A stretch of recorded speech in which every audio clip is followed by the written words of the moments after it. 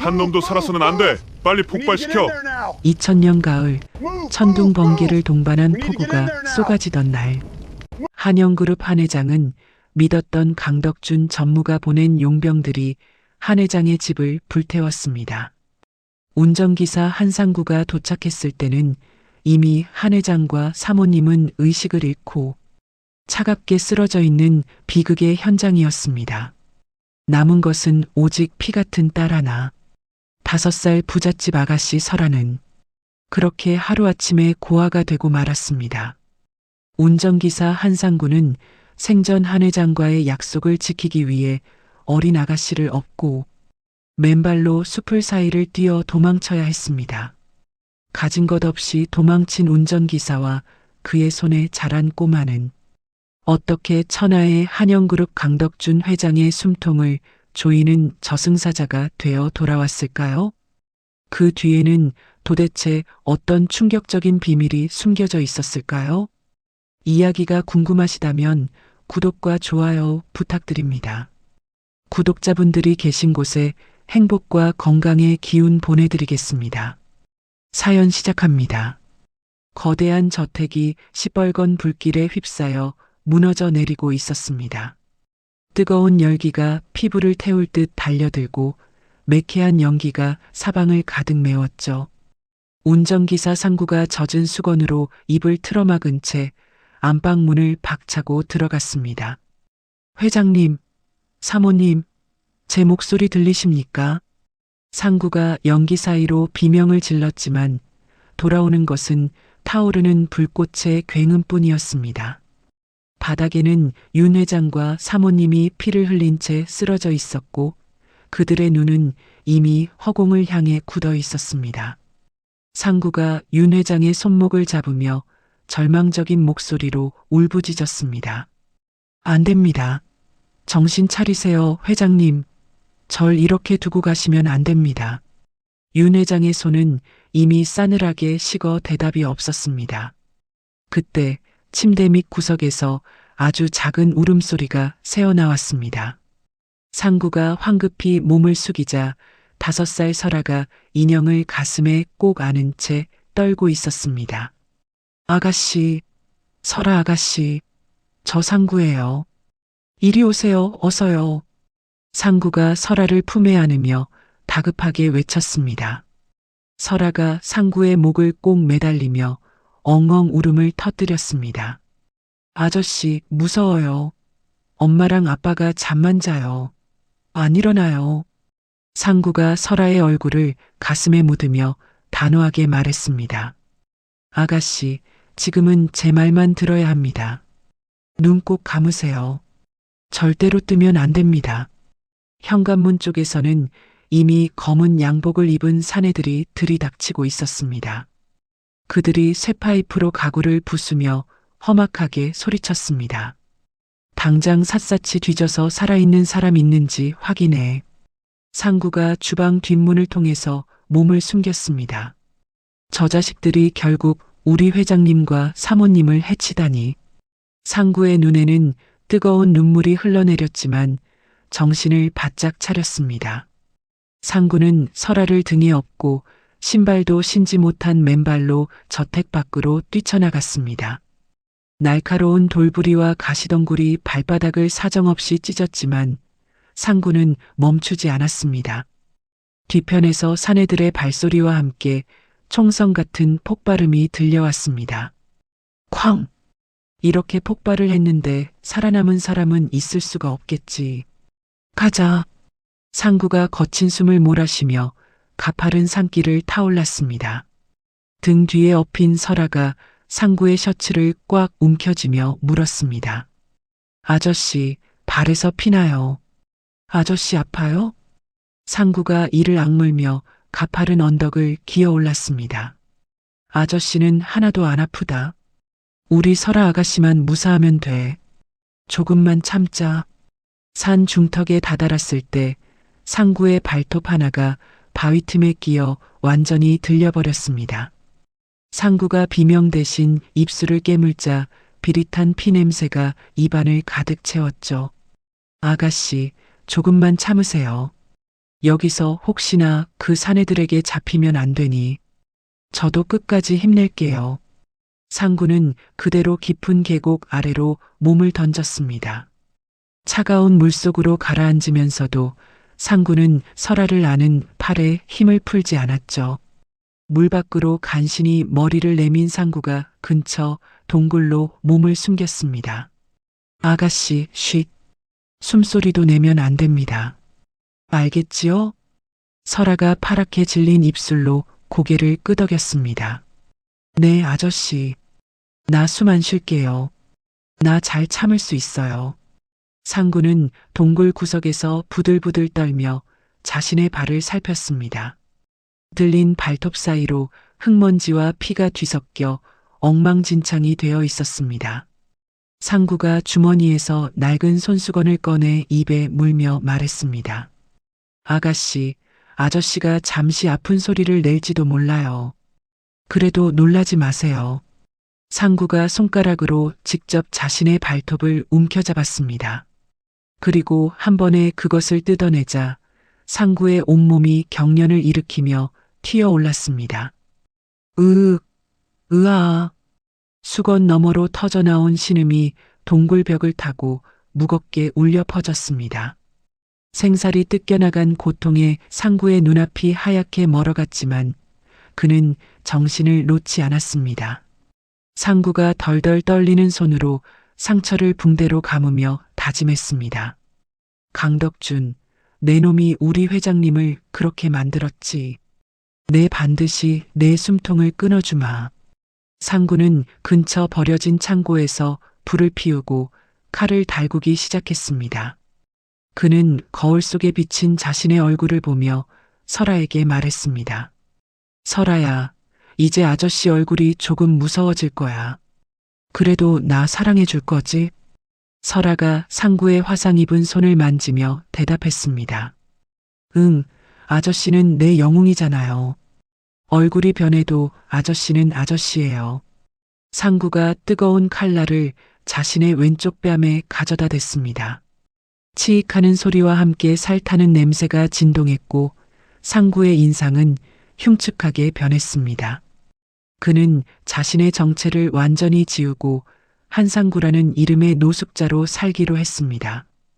이제 너는 내 딸 도이다. 윤설아는 어제 그 불길 속에서 죽은 거야. 알겠니? 설아가 눈물을 닦으며 대답했습니다. 응, 아빠. 나 이제 도이야. 한도희. 둘은 두 손을 꼭 붙잡았습니다. 세월은 야속하게 흘러 어느덧 25년이 지났습니다. 상구는 그동안 공사 현장과 시장 바닥을 전전하며 도희를 키워냈습니다. 어느덧 도희는 당당한 커리어 우먼이자 실력 있는 회계사가 되어 있었습니다. 도희야, 오늘 퇴근 늦니? 아빠가 너 좋아하는 갈치조림 해놨는데. 상구가 낡은 휴대전화 너머로 다정하게 물었습니다. 도희가 사무실 책상 위 서류 더미를 보며 대답했습니다. 아빠, 나 오늘 한영그룹 특별 감사 때문에 조금 늦을 것 같아. 먼저 저녁 먹고 있어. 도희는 한영그룹의 재무제표를 검토하다가 25년 전의 기록에서 멈췄습니다. 자신이 겪었던 화재 사고와 묘하게 겹치는 자금 흐름에 도희의 심장이 뛰기 시작했죠. 도희가 가슴을 부여잡으며 책상 위 이네일러를 입에 물고 깊게 들이마셨습니다. 후, 왜 이러지? 자꾸 그때 꿈이 생각나네. 도희는 퇴근길에 아빠 상구가 지내는 달동네 집으로 향했습니다.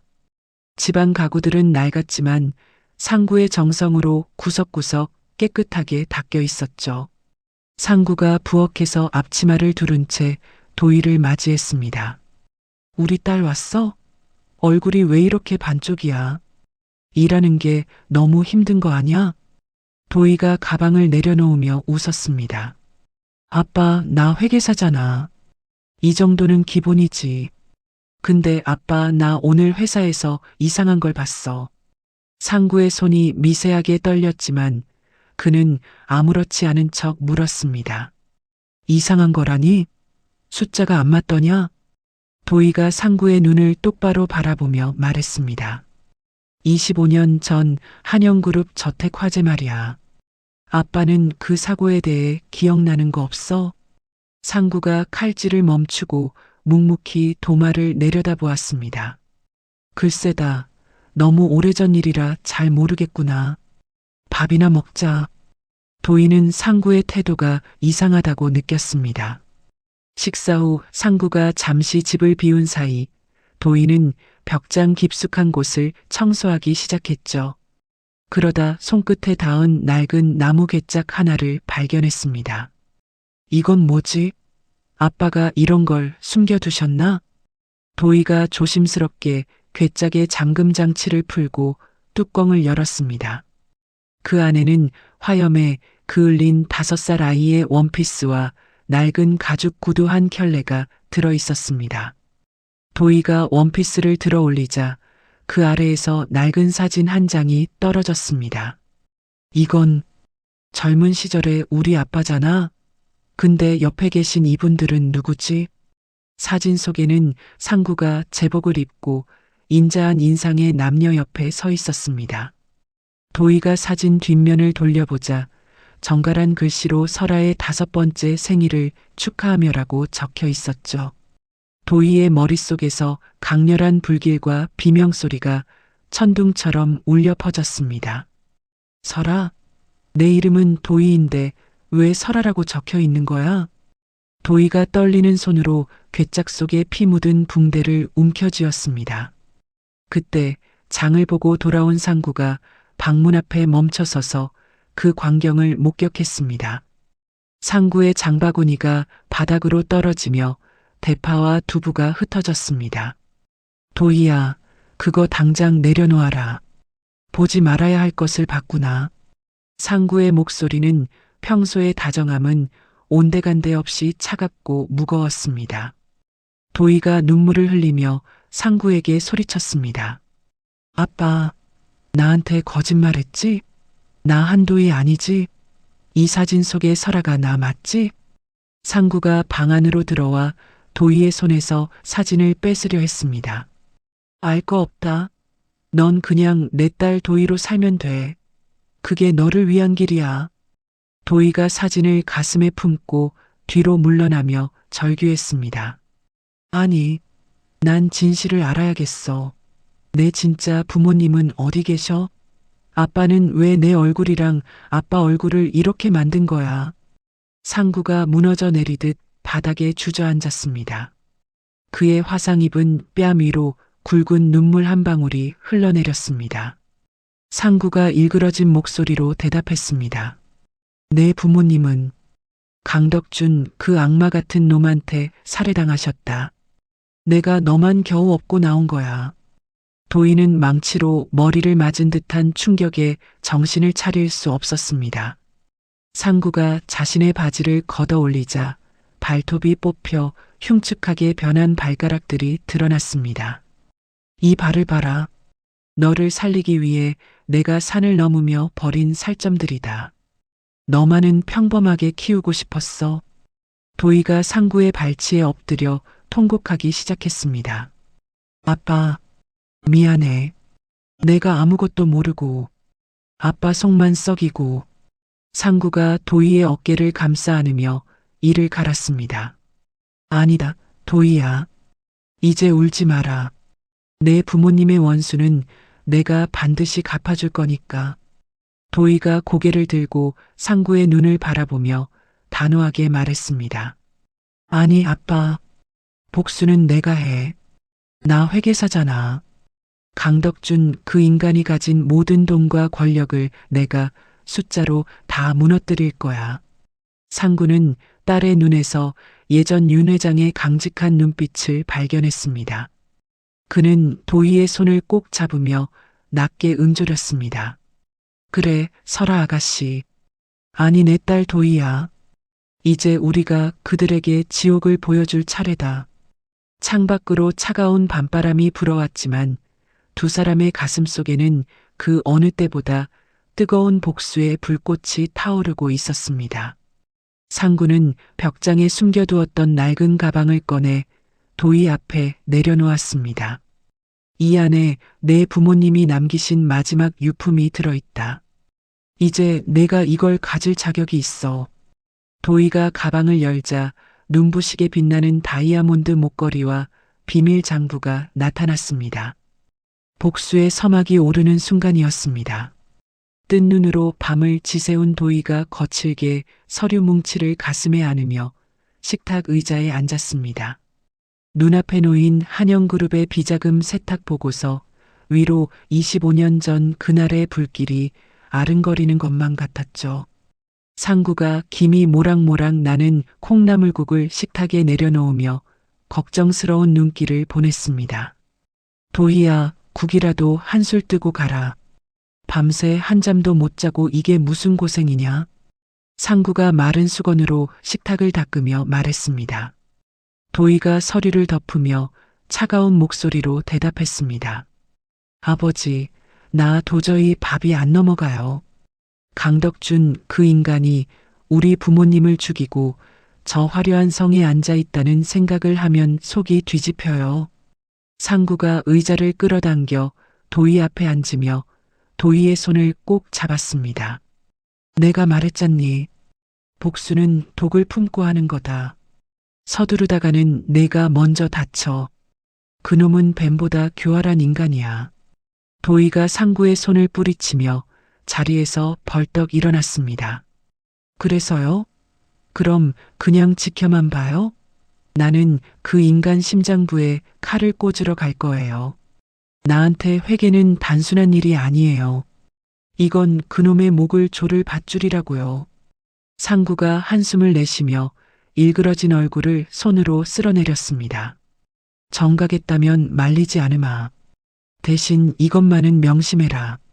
현장에서는 누구도 믿지 마. 나조차도 믿지 말란 말이다. 상구는 서랍장에서 낡은 안경집을 꺼내 도희에게 건넸습니다. 이것 써라. 안경 다리에 초소형 도청기가 들어있다. 무슨 일이 생기면 무조건 이 버튼을 눌러. 알겠니? 도희가 안경을 받았으며 거울 속에 자신을 보았습니다. 고마워요, 아버지. 나 꼭 살아남아서 그 인간 무너뜨리는 거 보여줄게요. 도희는 차가운 새벽 공기를 가르며 한영그룹 본사 건물로 향했습니다. 거대한 유리 건물이 마치 거대한 괴물의 입처럼 도희를 삼킬 듯 서 있었죠. 로비에 들어서자마자 팀장 박성호가 도희를 불러 세웠습니다. 한도혜 씨, 오늘 강 회장님 대면 보고 있는 거 알지? 실수하면 우리 팀 전체가 날아가는 거야. 정신 똑바로 차려. 박성호가 서류 봉투로 도희의 어깨를 툭 치며 말했습니다. 도희가 무표정한 얼굴로 서류를 받아들며 대답했습니다. 걱정 마세요, 팀장님. 제가 언제 실수하는 거 보셨어요? 엘리베이터가 33층 회장실에 멈추자 묵직한 문이 열리며 금빛으로 도배된 집무실이 나타났습니다. 가장 안쪽 가죽 의자에 앉아있던 강덕준이 안경 너머로 도희를 훑어보았습니다. 내가 이번 감사를 맡은 한도희라고? 생각보다 어리군. 강덕준이 비릿한 웃음을 지으며 서류를 책상에 던졌습니다. 도희가 허리를 꼿꼿이 펴고 강덕준의 눈을 똑바로 응시하며 말했습니다. 회계에는 나이가 없습니다, 회장님. 숫자는 정직하고 거짓말을 하지 않으니까요. 강덕준의 눈썹이 움찔거렸습니다. 숫자가 정직하다? 재미있는 친구네. 근데 말이야, 가끔은 숫자가 사람 목숨보다 무거울 때가 있지. 안 그래? 강덕준이 도희에게 다가와 귓속말로 나지막이 은조렸습니다. 도희는 온몸에 소름이 돋았지만 입술을 꽉 깨물며 대꾸했습니다. 그래서 제가 여기 있는 겁니다. 잘못된 숫자를 바로잡고 숨겨진 진실을 찾아내는 게 제 일이니까요. 집무실 문이 열리며 강덕준의 아들 강태윤이 덜렁거리며 들어왔습니다. 아버지, 이번 분기 골프장 회원권 결제권으로 비서실에서 연락 왔는데요. 이거 그냥 법인카드로 긁으면 되죠? 강태윤이 도희를 힐끗 보며 거드름을 피웠습니다. 강덕준이 혀를 차며 소리쳤습니다. 이 멍청한 놈아. 손님이 계신데 무슨 소리를 하는 거야. 당장 나가. 강태윤이 억울하다는 듯 입을 삐죽거리며 나갔고 도희는 그 찰나를 놓치지 않았습니다. 강태윤의 손목에 차인 금시계가 25년 전 상구가 가져온 유품 속 사진에 있던 시계와 똑같다는 것을 발견했죠. 회장님, 아드님께서 회계 원칙을 잘 모르시는 모양이네요. 법인카드는 공적인 용도로만 사용해야 한다는 걸 제가 직접 교육해 드릴까요? 도희가 비웃음 섞인 어투로 묻자 강덕준의 얼굴이 불그락 푸르락 변했습니다. 한도혜 씨, 선 넘지 마. 넌 그냥 시키는 대로 계산이나 하면 돼. 내 집안일에 참견하지 말고. 강덕준이 책상을 주먹으로 쾅 치며 소리쳤습니다. 도희는 가볍게 목례를 하고 회장실을 나왔습니다. 복도 끝 화장실에 들어간 도희는 변기 뚜껑을 닫고 주저앉아 이네일러를 꺼냈습니다. 후, 이제 시작이야. 저 악마 같은 놈들의 목을 내가 직접 비틀어 줄 거야. 그 시각 상구는 한영그룹 본사 건너편 낡은 건물 옥상에서 망원경을 들고 있었습니다. 그는 도희의 안경을 통해 들려오는 대화를 실시간으로 들으며 주먹을 불끈 쥐었죠. 도희야, 잘 참았다. 조금만 더 버텨라. 아버지가 뒤에서 다 보고 있다. 상구는 무전기를 켜고 과거 정보원이었던 지인에게 연락했습니다. 어이, 나다. 한영그룹 본사 보안팀 명단이랑 교대 시간표 따왔나? 오늘 밤에 내가 직접 들어가야겠어. 무전기 너머로 거친 목소리가 들려왔습니다. 상구 형님, 진짜 위험합니다. 강덕준이가 보안팀을 특수부대 출신들로 싹 갈아치웠다고요. 상구가 차갑게 대답했습니다. 특수부대? 내가 그놈들 가르친 교관이었다는 걸 잊었나 보군. 잔말 말고 자려나 보네. 밤이 깊어지자 도희의 사무실 책상 위로 익명의 협박 편지가 놓였습니다. 적당히 하고 멈춰라. 안 그러면 내 아버지 얼굴이 왜 그렇게 됐는지 알게 될 거다. 도희는 편지를 갈기갈기 찢어 쓰레기통에 던졌습니다. 협박? 고마워요. 당신들이 아주 겁을 먹고 있다는 뜻이니까. 도희는 강태윤의 횡령 증거를 찾기 위해 지하 주차장으로 향했습니다. 그때 검은 양복을 입은 사내 셋이 도희의 앞길을 가로막았습니다. 한도의 팀장님, 회장님께서 조용한 곳에서 차 한잔하자고 하시네요. 같이 좀 가주셔야겠습니다. 사내 중 한 명이 도희의 팔을 거칠게 낚아챘습니다. 도희가 비명을 지르려는 순간 어둠 속에서 상구가 나타나 사내의 팔목을 꺾어버렸습니다. 이런 무례한 놈들, 아가씨 몸에 손대지 마라. 상구가 순식간에 사내 둘을 바닥에 눕히고 마지막 한 놈의 멱살을 잡았습니다. 강덕준한테 가서 전해라. 쥐새끼처럼 굴지 말고 당당하게 나오라고. 상구는 겁에 질려 도망치는 사내를 뒤로하고 도희를 살폈습니다. 도희야, 괜찮니? 어디 다친 데는 없어? 도희가 상구의 품등에 얼굴을 묻으며 떨리는 목소리로 말했습니다. 아버지, 나 무서웠어요. 저 사람들이 아버지를 알아요. 어떡하죠? 상구가 도희를 다독이며 단호하게 말했습니다. 괜찮다. 이제 내가 대놓고 움직일 거니까 너는 내 할 일만 해. 나머지는 아버지가 다 처리한다. 다음 날 강덕준은 도희의 정체를 의심하며 비서에게 지시했습니다. 한도의 그 기집애 아무래도 수상해. 당장 머리카락 하나라도 구해와서 유전자 검사 돌려. 25년 전 죽은 윤 회장 딸이랑 대조해보라고. 비서가 도희의 칫솔을 훔쳐 유전자 센터로 향했습니다. 상구는 이를 미리 예측하고 센터 입구에서 배달 기사로 변장해 대기했죠. 어이, 거기 아가씨. 여기 짬뽕 배달 왔는데 주소 좀 확인해줘요. 상구가 비서의 시선을 돌린 찰나 비서의 가방 속에 든 도희의 샘플을 미리 준비해둔 평범한 아이의 샘플과 바꿔치기 했습니다. 며칠 뒤 강덕주는 검사 결과를 받아들고 미간을 찌푸렸습니다. 불일치? 진짜 그냥 생판남이라고? 이상하네. 그 눈매가 분명히 윤 회장이랑 똑같았는데. 강덕준이 서류를 구겨 던지며 비서에게 소리쳤습니다. 그럼 돈으로 매수해. 안 넘어오는 사람은 없어. 현금 10억 준비해. 강덕준은 도희를 자신의 단골 요정으로 불러냈습니다. 방 한가운데는 현금 5만 원권이 가득 든 가방 2개가 열려 있었죠. 도희 씨, 고생 그만하고 이거 가져가. 그리고 감사보고서에서 비자금 항목만 싹 지워줘. 어때, 간단하지? 강덕준이 술잔을 기울이며 도희를 쳐다보았습니다. 도희가 돈가방에 든 돈뭉치 하나를 들어 올리며 비웃었습니다. 회장님, 제 몸값이 겨우 이 정도밖에 안 되나요? 우리 부모님 목숨값이 10억이라니 너무 싸게 책정하신 거 아니에요? 강덕준의 술잔이 멈췄습니다. 부모님 목숨값이라니? 그게 무슨 소리야? 도희가 돈가방을 발로 걷어차며 자리에서 일어났습니다. 당신은 이 돈으로 천국에 갈 수 있을 것 같지? 아니, 내가 당신을 이 돈더미와 함께 지옥불로 쳐넣어 줄 거야. 기대해. 도희가 방을 박차고 나가자 강덕준이 뒤에서 소리를 질렀습니다.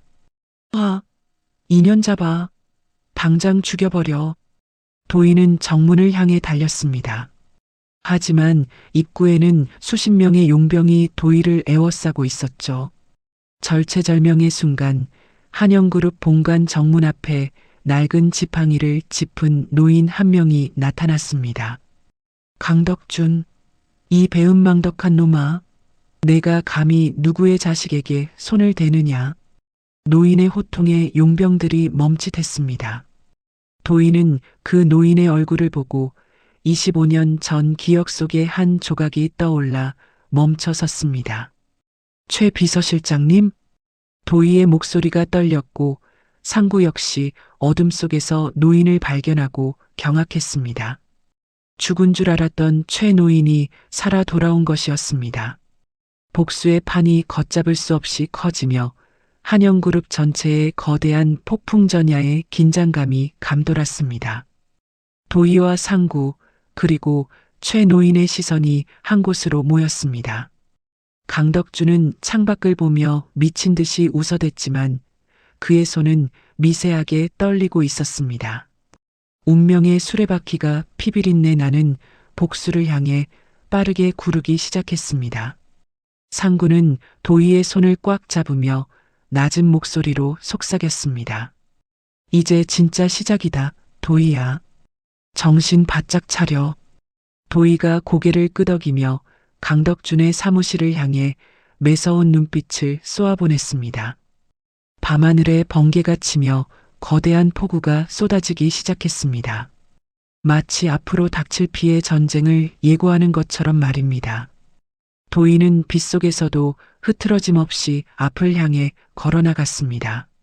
상구와 최 노인이 그녀의 뒤를 든든하게 받치고 있었죠. 세 사람의 그림자가 빗물에 섞여 길게 늘어지며 이야기는 더욱 깊은 갈등의 늪으로 빠져들어갔습니다. 한영그룹의 화려한 간판이 번쩍이며 기괴한 그림자를 만들어냈습니다. 이제 누구도 이 멈출 수 없는 복수의 행진을 막을 수 없었습니다. 도희의 발걸음 소리가 차가운 아스팔트 위에 울려 퍼졌습니다. 장대비가 쏟아지는 본사 정문 앞, 도희는 마치 돌처럼 굳어버렸습니다.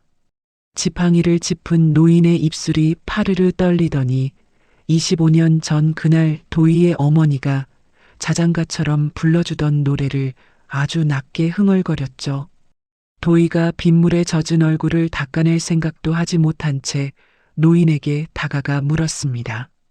그 노래를 어떻게 아시는 거죠? 당신은 누구신가요?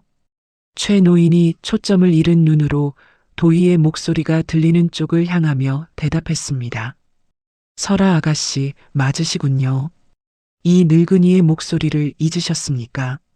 제가 바로 아가씨를 무릎에 앉히고 동화책을 읽어주던 최 실장입니다. 옆에서 경계를 늦추지 않던 상구가 노인의 어깨를 붙잡으며 깜짝 놀라 외쳤습니다. 최 실장님, 죽었다는 소문만 들었는데 어떻게 살아계셨던 겁니까? 저 상구입니다. 운전기사 상구예요. 최 노인이 상구의 거친 손을 더듬어 잡으며 눈물을 흘렸습니다. 상구 씨, 아가씨를 지켜줬구먼. 정말 고맙네. 내가 강덕준 그놈의 눈을 피해 지하방에 쥐새끼처럼 숨어서 이날만을 기다렸네. 상구가 주위를 살피며 급히 두 사람을 자신의 낡은 트럭으로 밀어 넣었습니다. 여기서 길게 말할 시간이 없습니다. 강덕준의 개들이 곧 들이닥칠 거예요. 일단 제 아지트로 갑시다. 상구는 빗길을 뚫고 도심 외곽의 폐공장 지하에 마련된 비밀 아지트로 향했습니다. 먼지가 자욱한 아지트에 들어서자 최 노인이 자신의 왼쪽 눈을 가리키며 말했습니다. 아가씨, 제 이 가짜 눈을 보십시오. 강덕준이 저를 고문할 때도 이것만큼은 지켜냈습니다. 도희가 최 노인의 앞에 무릎을 굽히고 앉아 걱정스럽게 물었습니다. 최 실장님, 눈이 왜 그렇게 되신 거예요? 강덕준이 대체 무슨 짓을 한 거죠? 최 노인이 스스로 왼쪽 의안을 조심스럽게 빼내며 대답했습니다. 그놈은 윤 회장님의 금고 비밀번호를 대라며 제 눈을 멀게 했습니다. 하지만 회장님께서 돌아가시기 직전 저에게 이 의안 속에 마이크로칩을 숨겨주셨죠. 최 노인이 손바닥 위에 올려둔 의안의 뒷면을 누르자 아주 작은 칩 하나가 툭 튀어나왔습니다. 상구가 칩을 받아 컴퓨터에 연결하며 도희에게 말했습니다. 이건 그냥 칩이 아니다.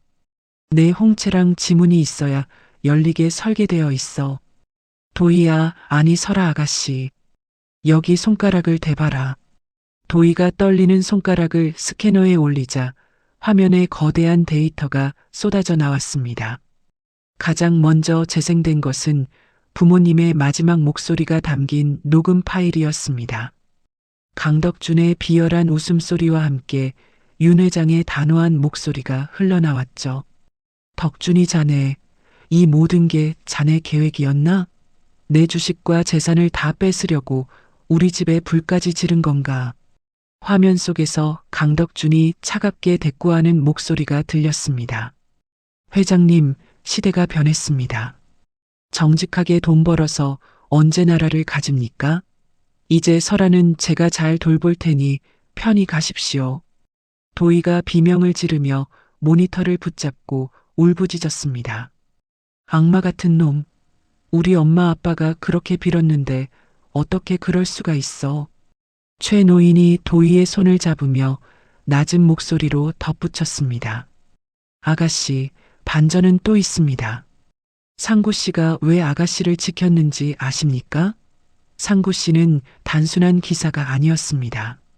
상구가 고개를 숙인 채 낡은 가죽 장갑을 만지며 말했습니다. 아가씨, 죄송합니다. 저는 원래 국가정보기관에서 일하던 요원이었습니다. 회장님께서 강덕준의 배신을 예감하시고 저에게 특별히 부탁하셨던 겁니다. 도희가 상구의 화상 입은 얼굴을 보며 충격에 빠진 듯 물었습니다. 그럼 아빠는 나를 지키려고 요원의 삶까지 버린 거예요? 내 진짜 부모님을 위해서요? 상구가 도희의 눈을 피하며 담담하게 대답했습니다. 회장님은 저에게 목숨과도 같은 은인이셨습니다. 아가씨를 지키는 게 제 마지막 임무였고 지금은 제 유일한 삶의 이유입니다. 그때 아지트 밖에서 수십 대의 차량이 급정거하는 소리가 들려왔습니다. 강덕준의 신복인 김 실장이 확성기를 들고 소리쳤습니다. 안에 있는 한상구, 한도희, 그리고 최노인. 좋은 말로 할 때 침 내놓고 나와라. 안 그러면 여기서 다 같이 구워질 줄 알아. 상구가 순식간에 눈빛을 바꾸며 벽에 숨겨둔 권총을 꺼내 들었습니다. 도희야, 최 실장님 모시고 뒷문 지하 하수도로 나가라. 여기서부턴 아버지가 책임진다. 도희가 상구의 셔츠 자락을 붙잡으며 절규했습니다. 안 돼요, 아버지. 같이 가요. 혼자 죽으려고 그러는 거잖아요. 상구가 도희의 손을 거칠게 뿌리치며 복도로 밀어냈습니다. 이건 명령이다. 가서 박 변호사를 찾아가. 그 사람이 너를 도와줄 거야.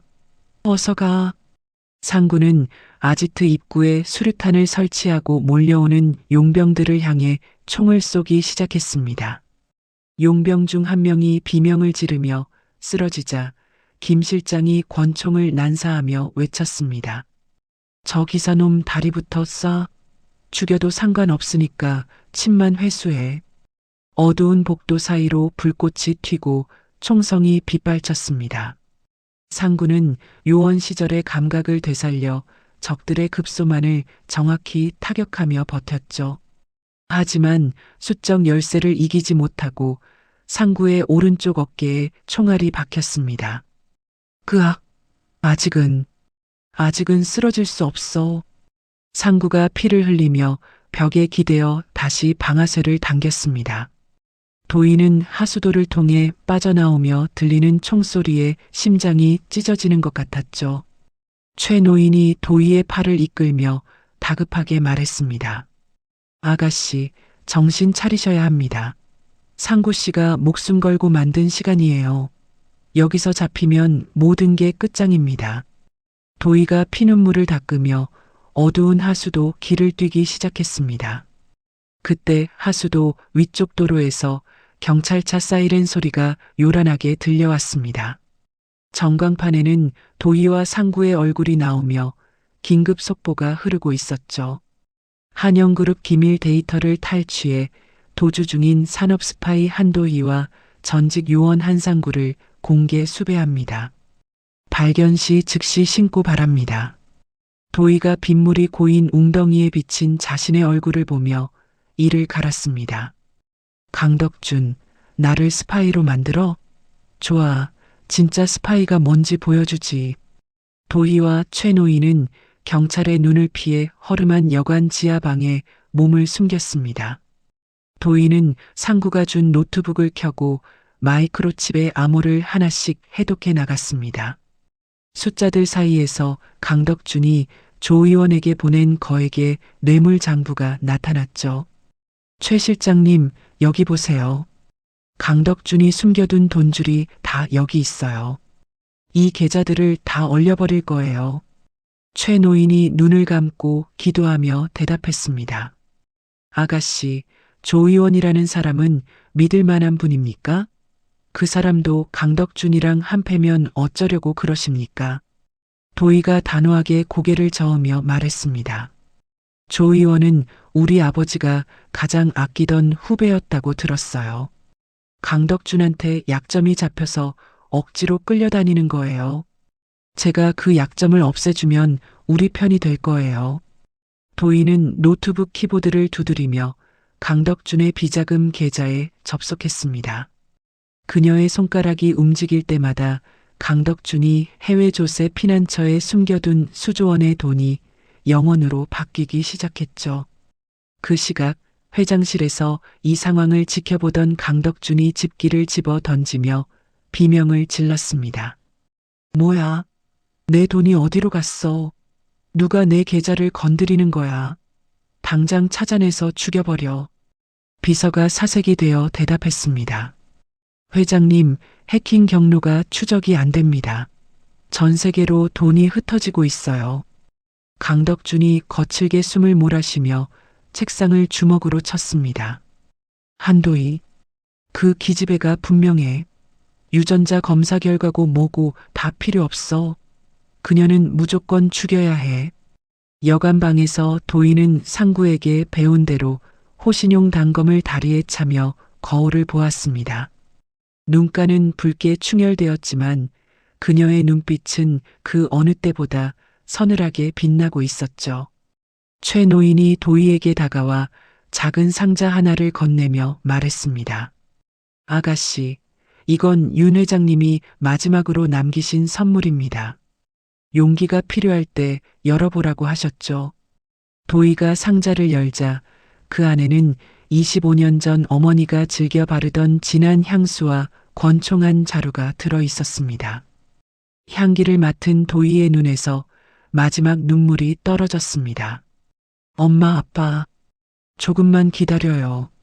내가 저 악마를 무릎 꿇게 할게요. 도희는 권총을 허리춤에 차고 최 노인을 부축해 여관을 나섰습니다. 추격자들의 발소리가 복도 끝에서 들려왔지만 도희는 더 이상 피하지 않았습니다. 그녀는 상구가 가르쳐준 전술대로 소화기를 터뜨려 연막을 만든 뒤 유유히 사라졌습니다. 밤은 깊어가고 복수의 서막은 이제 피비린내 나는 봄막으로 접어들고 있었습니다. 강덕준의 성벽은 조금씩 균열이 가기 시작했고 도희는 그 틈을 파고들 준비를 마쳤죠. 상구의 생사는 알 수 없었지만 도희는 아버지가 살아있을 거라는 믿음 하나로 전진했습니다. 빗물에 젖은 아스팔트 위로 도희의 단단한 구두 소리가 울려 퍼졌습니다. 이제 그녀는 단순한 회계사가 아닌 빼앗긴 왕국을 되찾으러 온 여왕과도 같았습니다. 조 의원의 사저로 향하는 택시 안에서 도희는 마이크로칩을 꽉 움켜쥐었습니다. 이제 당신 차례예요, 강덕준. 도희의 나지막한 속삭임이 차가운 차창에 서린 기미로 흩어졌습니다. 멀리 보이는 한영그룹 본사의 불빛이 오늘따라 유난히 위태로워 보였습니다. 운명의 시간은 이제 도희의 편을 들어주기 시작했습니다. 최 노인이 도희의 어깨에 손을 올리며 격려했습니다. 아가씨, 제가 끝까지 곁을 지키겠습니다. 회장님께 아가씨를 무사히 데려다 드려야죠. 도희가 고개를 끄덕이며 창밖의 어둠을 응시했습니다. 그 어둠 끝에는 반드시 밝은 아침이 올 것임을 그녀는 의심하지 않았습니다. 상구가 흘린 피와 최 노인의 눈물이 헛되지 않도록 도희는 다시 한번 마음을 다잡았습니다. 택시가 멈춰서고 도희는 당당하게 차 문을 열고 내렸습니다. 그녀의 앞에는 거대한 운명의 소용돌이가 기다리고 있었지만 도희는 미소 지었습니다. 진정한 복수는 이제부터가 진짜 시작이었습니다. 다음 날 아침 8시 조 의원의 비밀사저 정원에는 안개가 자욱하게 깔려 있었습니다. 도희는 밤새 뜬 눈으로 마이크로칩의 자료를 분석하느라 초췌해진 얼굴로 테라스에 섰죠. 그때 검은색 승용차 한 대가 멈춰서더니 단정한 정장 차림의 여성이 내렸습니다. 조 의원이 그 여성을 도희에게 소개하며 말했습니다. 한도혜 씨, 인사하세요. 이쪽은 강덕준의 악행을 쫓으며 25년을 버텨온 박미경 변호사입니다. 박미경 변호사가 도희의 손을 두 손으로 꽉 잡으며 말했습니다. 반가워요, 윤설아 아가씨. 아니, 한도혜 팀장님이라고 불러야 할까요? 정말 고생 많으셨습니다. 도희가 박미경 변호사의 따뜻한 손길에 울컥하며 대답했습니다. 박 변호사님, 저를 알고 계셨나요? 저를 도와주러 오신 건가요? 박미경 변호사가 가방에서 두꺼운 서류 뭉치를 꺼내 탁자에 내려놓으며 말했습니다. 나 역시 강덕준 때문에 소중한 사람을 잃은 사람이에요. 여기 있는 건 강덕준에게 억울하게 당한 피해자들의 증언록입니다. 이제 우리 힘을 합쳐야 해요. 상구가 어깨에 붕대를 감은 채 거실에서 나오며 박미경 변호사에게 고개를 숙였습니다. 박 변호사님, 오랜만입니다. 상구입니다. 아가씨를 위해 여기까지 와주셔서 정말 감사합니다. 박미경 변호사가 상구의 상처를 보며 안타까운 듯 물었습니다. 상구 씨, 몸은 좀 어때요? 강덕준의 개들이 아주 지독하게 굴었나 보군요. 상구가 의자에 앉으며 차갑게 웃었습니다. 이 정도 상처는 아무것도 아닙니다. 놈들이 아가씨 몸끝 하나 건드리지 못하게 하는 게 제 일이니까요. 도희가 증언록을 넘겨보며 가슴 아픈 사연들의 눈시울을 붉혔습니다. 세상에 이 많은 사람들이 그 악마 같은 인간 때문에 고통받고 있었군요. 저는 저 혼자만의 싸움인 줄 알았어요. 박미경 변호사가 도희의 어깨를 감싸 안으며 단호하게 말했습니다. 절대로 혼자가 아니에요. 이 증언들과 마이크로칩의 자료를 합치면 강덕준을 법의 심판대에 세울 수 있습니다. 오늘 당장 검찰에 고소장을 접수할 거예요. 한편 한영그룹 본사 회장실에서 강덕준이 비서를 향해 재를 털며 소리쳤습니다. 뭐, 자금줄이 다 막혔다고? 조 의원은 왜 연락이 안 되는 거야? 그 영감탱이가 배신이라도 하겠다는 거야? 비서가 고개를 숙인 채 벌벌 떨며 대답했습니다. 회장님, 지금 여론이 심상치 않습니다.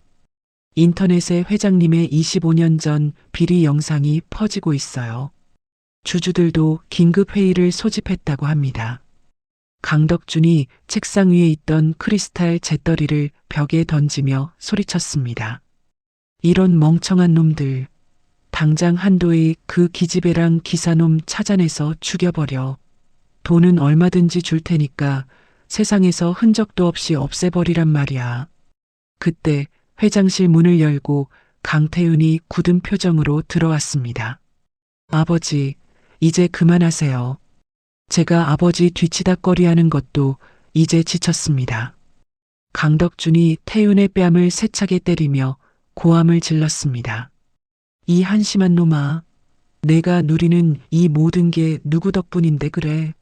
넌 그냥 입 닥치고 내가 시키는 대로만 해. 태윤이 터진 입술을 닦으며 아버지를 차갑게 노려보았습니다. 아버지는 항상 그런 식이죠. 저를 아들이 아니라 도구로만 보셨잖아요. 저도 이제 제 살 길 찾겠습니다. 태윤이 회장실을 박차고 나가자 강덕준이 뒤에서 소리를 질렀습니다. 아, 강태윤, 너 거기 안 서. 이 자식이 미쳤나? 태윤은 곧장 도희가 있는 비밀 사저로 향했습니다. 정문에 도착한 태윤을 상구가 권총을 겨누며 가로막았죠. 여기가 어디라고 오나? 강덕준의 자식놈이 죽고 싶어 환장했군. 태윤이 두 손을 들고 무릎을 꿇으며 말했습니다. 제발 한도희 씨 좀 만나게 해주세요. 저도 강덕준 그 인간의 실체를 다 알고 있습니다. 아버지를 무너뜨릴 결정적인 증거를 가져왔어요. 거실에서 이 광경을 지켜보던 도희가 밖으로 나왔습니다. 태윤 씨, 정말인가요? 당신 아버지를 배신하겠다는 거예요? 태윤이 품 안에서 낡은 장부 한 권을 도희에게 건네며 대답했습니다. 이건 아버지가 25년 동안 비밀리에 관리해온 정재계 뇌물 명단이에요. 여기에 조 의원의 이름도 있습니다. 이걸 쓰면 아버지는 영원히 감옥에서 못 나옵니다. 도희가 장부를 받아 넘겨보며 상구와 박 변호사를 쳐다보았습니다. 이게 있으면 우리가 이길 수 있어요. 태윤 씨, 왜 마음을 바꾼 거죠? 태윤이 고개를 떨구며 쓸쓸하게 대답했습니다. 도희 씨의 눈빛에서 제가 잃어버린 정이라는 걸 봤거든요. 저도 사람답게 살고 싶습니다. 박미경 변호사가 장부를 확인하더니 환한 미소를 지었습니다. 됐어요. 이제 강덕준은 끝났습니다. 오늘 오후에 열릴 주주총회에서 이 모든 것을 공개하겠습니다. 상구가 여전히 의심의 눈초리를 거두지 않으며 태윤에게 말했습니다.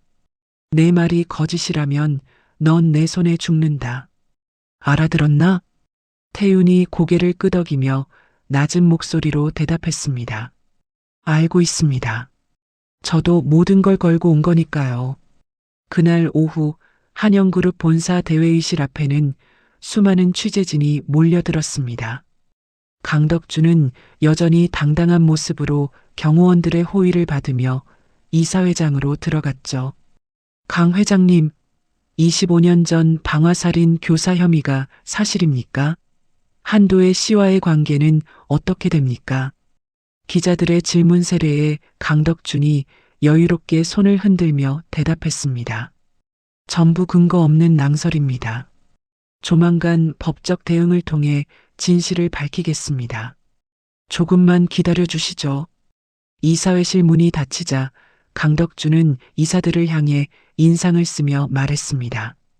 자, 다들 앉으세요. 쓸데없는 소문에 흔들리지 말고 우리 계획대로 신규 사업 승인합시다. 그때 대회의실 문이 활짝 열리며 화이트 슈트를 입은 도희가 당당하게 들어왔습니다. 그 회의 잠시 멈춰주시죠. 강덕준 회장님. 도희의 등장에 장내가 술렁거렸고 강덕준이 의자에서 일어나 소리쳤습니다. 한도희, 내가 여기가 어디라고 감히 들어와. 보안팀, 당장 이 여자 끌어내. 상구가 이사회실 입구를 막아서며 경호원들을 제압했습니다. 아무도 못 나갑니다. 오늘은 여기서 강덕준의 가면을 벗길 거니까요. 박미경 변호사가 도희의 옆에 서서 서류를 높이 들어 올렸습니다. 우리는 오늘 강덕준 회장의 해임안을 상정합니다. 여기 그동안 저지른 모든 범죄의 증거가 있습니다. 도희가 이사들을 한 명씩 바라보며 힘있게 말했습니다. 이사님들, 여러분도 공범이 되고 싶으십니까? 강덕준이 숨겨둔 이 비리 장부를 보시고도 그를 지지하시겠습니까? 도희는 노트북을 켜고 대형 스크린에 강덕준의 뇌물 명단과 살해 협박 음성을 띄웠습니다. 이사들이 경악하며 웅성거리기 시작하자 강덕준의 얼굴이 흑빛으로 변했죠. 이건 조작이야. 전부 가짜라고. 전현이 내 아들을 꼬드겨서 거짓말을 시킨 거야. 강덕준이 태윤을 가리키며 악을 썼습니다. 태윤이 단상 앞으로 나아가 마이크를 잡았습니다.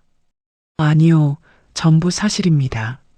제가 그 곁에서 직접 본 증거들입니다. 아버지, 이제 그만 죗값을 치르세요. 강덕준이 태윤에게 달려들려 했지만 상구가 그의 앞을 가로막았습니다. 강덕준, 내 시대는 끝났다. 25년 전 그 불길이 이제 너를 태울 거다. 도희가 이사들을 향해 마지막 쐐기를 박았습니다. 자, 이제 투표를 시작하죠. 강덕준 회장의 해임에 찬성하시는 분들은 거수해 주십시오. 이사들이 눈치를 보다가 한 명씩 손을 들기 시작했습니다. 강덕준은 비틀거리며 자신의 자리에 주저앉았고 도희는 그런 그를 차갑게 내려다보았습니다. 당신이 뺏은 모든 것들, 이제 주인에게 돌려줄 시간이에요. 회의실 밖에서는 시민들의 함성 소리가 들려왔고 도희는 비로소 가슴속에 묵은 체증이 내려가는 것을 느꼈습니다. 상구가 도희의 어깨에 손을 올리며 미소 지었습니다. 잘했다, 도희야. 정말 잘했어. 도희가 상구의 손을 맞잡으며 대답했습니다. 아직 끝난 게 아니에요, 아버지. 이제 저 사람을 법정에 세워야죠. 창밖으로는 맑은 햇살이 비치며 한영그룹의 어두운 그림자를 몰아내고 있었습니다. 도희는 부모님이 남겨주신 이 성벽 위에서 새로운 정의를 세울 것을 다짐했습니다. 박미경 변호사와 태윤, 그리고 상구와 함께하는 이 연대가 세상을 바꿀 것임을 그녀는 확신했습니다. 이사회실을 빠져나오는 도희의 발걸음은 그 어느 때보다 가볍고 단단했습니다. 이제 그녀의 앞에는 빼앗긴 왕국이 아닌 스스로 일궈낸 정의로운 미래가 기다리고 있었습니다. 도희는 몰려든 기자들을 향해 당당하게 고개를 들었습니다.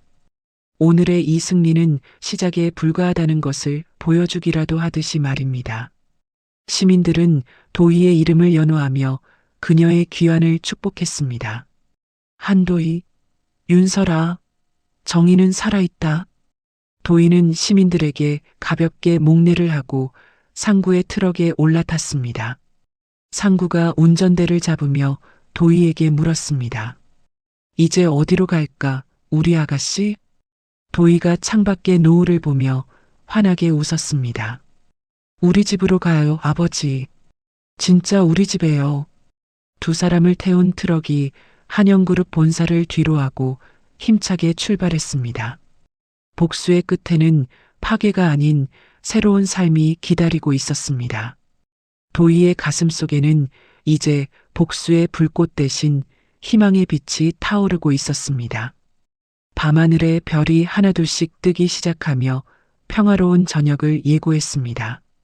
긴 싸움 끝에 찾아온 이 짧은 평화가 도희에게는 무엇보다 소중했습니다.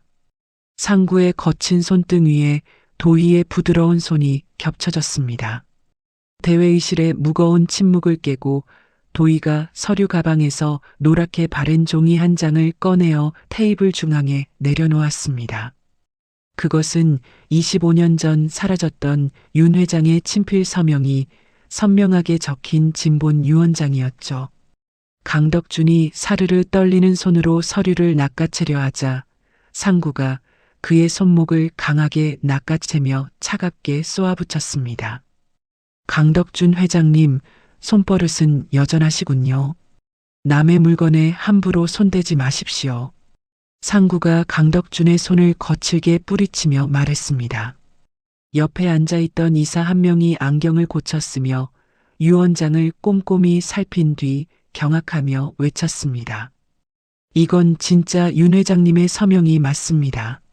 여기 찍힌 인감 도장도 우리 회사 설립 당시에 쓰던 그 도장이고요. 도희가 이사들을 향해 고개를 돌리며 서늘한 미소를 지었습니다. 그뿐만이 아닙니다. 이 유언장에는 강덕준 씨가 경영권을 찬탈하기 위해 어떤 비열한 짓을 저질렀는지, 그리고 그 대가로 누구에게 얼마나 많은 비자금을 뿌렸는지도 상세히 적혀 있습니다. 도희가 노트북의 엔터키를 누르자 화면에 강덕준의 비밀 금고에서 나온 이중 장부들이 쏟아져 나왔습니다. 이사회장은 순식간에 아수라장이 되었고 이사들은 서로의 눈치를 보며 강덕준을 원망 섞인 눈초리로 쳐다보았죠. 강덕준이 거품을 물며 자리에서 일어나 소리쳤습니다. 이건 다 음해야. 한도에 이 천한 기집애가 어디서 가짜 서류를 만들어 와서 우리 회사를 먹으려고 해. 강덕준이 도희를 향해 서류 뭉치를 집어 던지려 했습니다. 그때 박미경 변호사가 자리에서 일어나 서류 가방을 탁 닫으며 선언했습니다. 강덕준 씨, 더 이상 추해지지 마시죠. 이미 검찰에서 당신의 비자금 계좌와 25년 전 방화교사 증거를 모두 확보했습니다. 이사님들, 지금 즉시 해임안 표결에 들어가겠습니다. 이사들이 하나둘씩 손을 들기 시작했습니다. 강덕준은 자신의 세력이라 믿었던 이들마저 배신하는 모습을 보며 비틀거리다 의자에 주저앉았습니다. 도희가 이사회장 정중앙에 있는 회장석으로 천천히 다가가 그 의자에 몸을 얹으며 말했습니다. 만장일치로군요. 강덕준 씨, 이제 그 자리에서 내려오시죠. 당신이 더럽힌 이 자리는 이제 주인을 찾을 겁니다. 경비원들이 들어와 강덕준의 양팔을 붙잡았습니다. 강덕준이 질질 끌려나가면서도 도희를 향해 악담을 퍼부었습니다. 내가 이대로 무너질 것 같으냐? 한도희, 내 반드시 내년을 갈기갈기 찢어 죽일 거다. 상구가 복도 끝으로 사라지는 강덕준의 뒷모습에 침을 뱉으며 대꾸했습니다.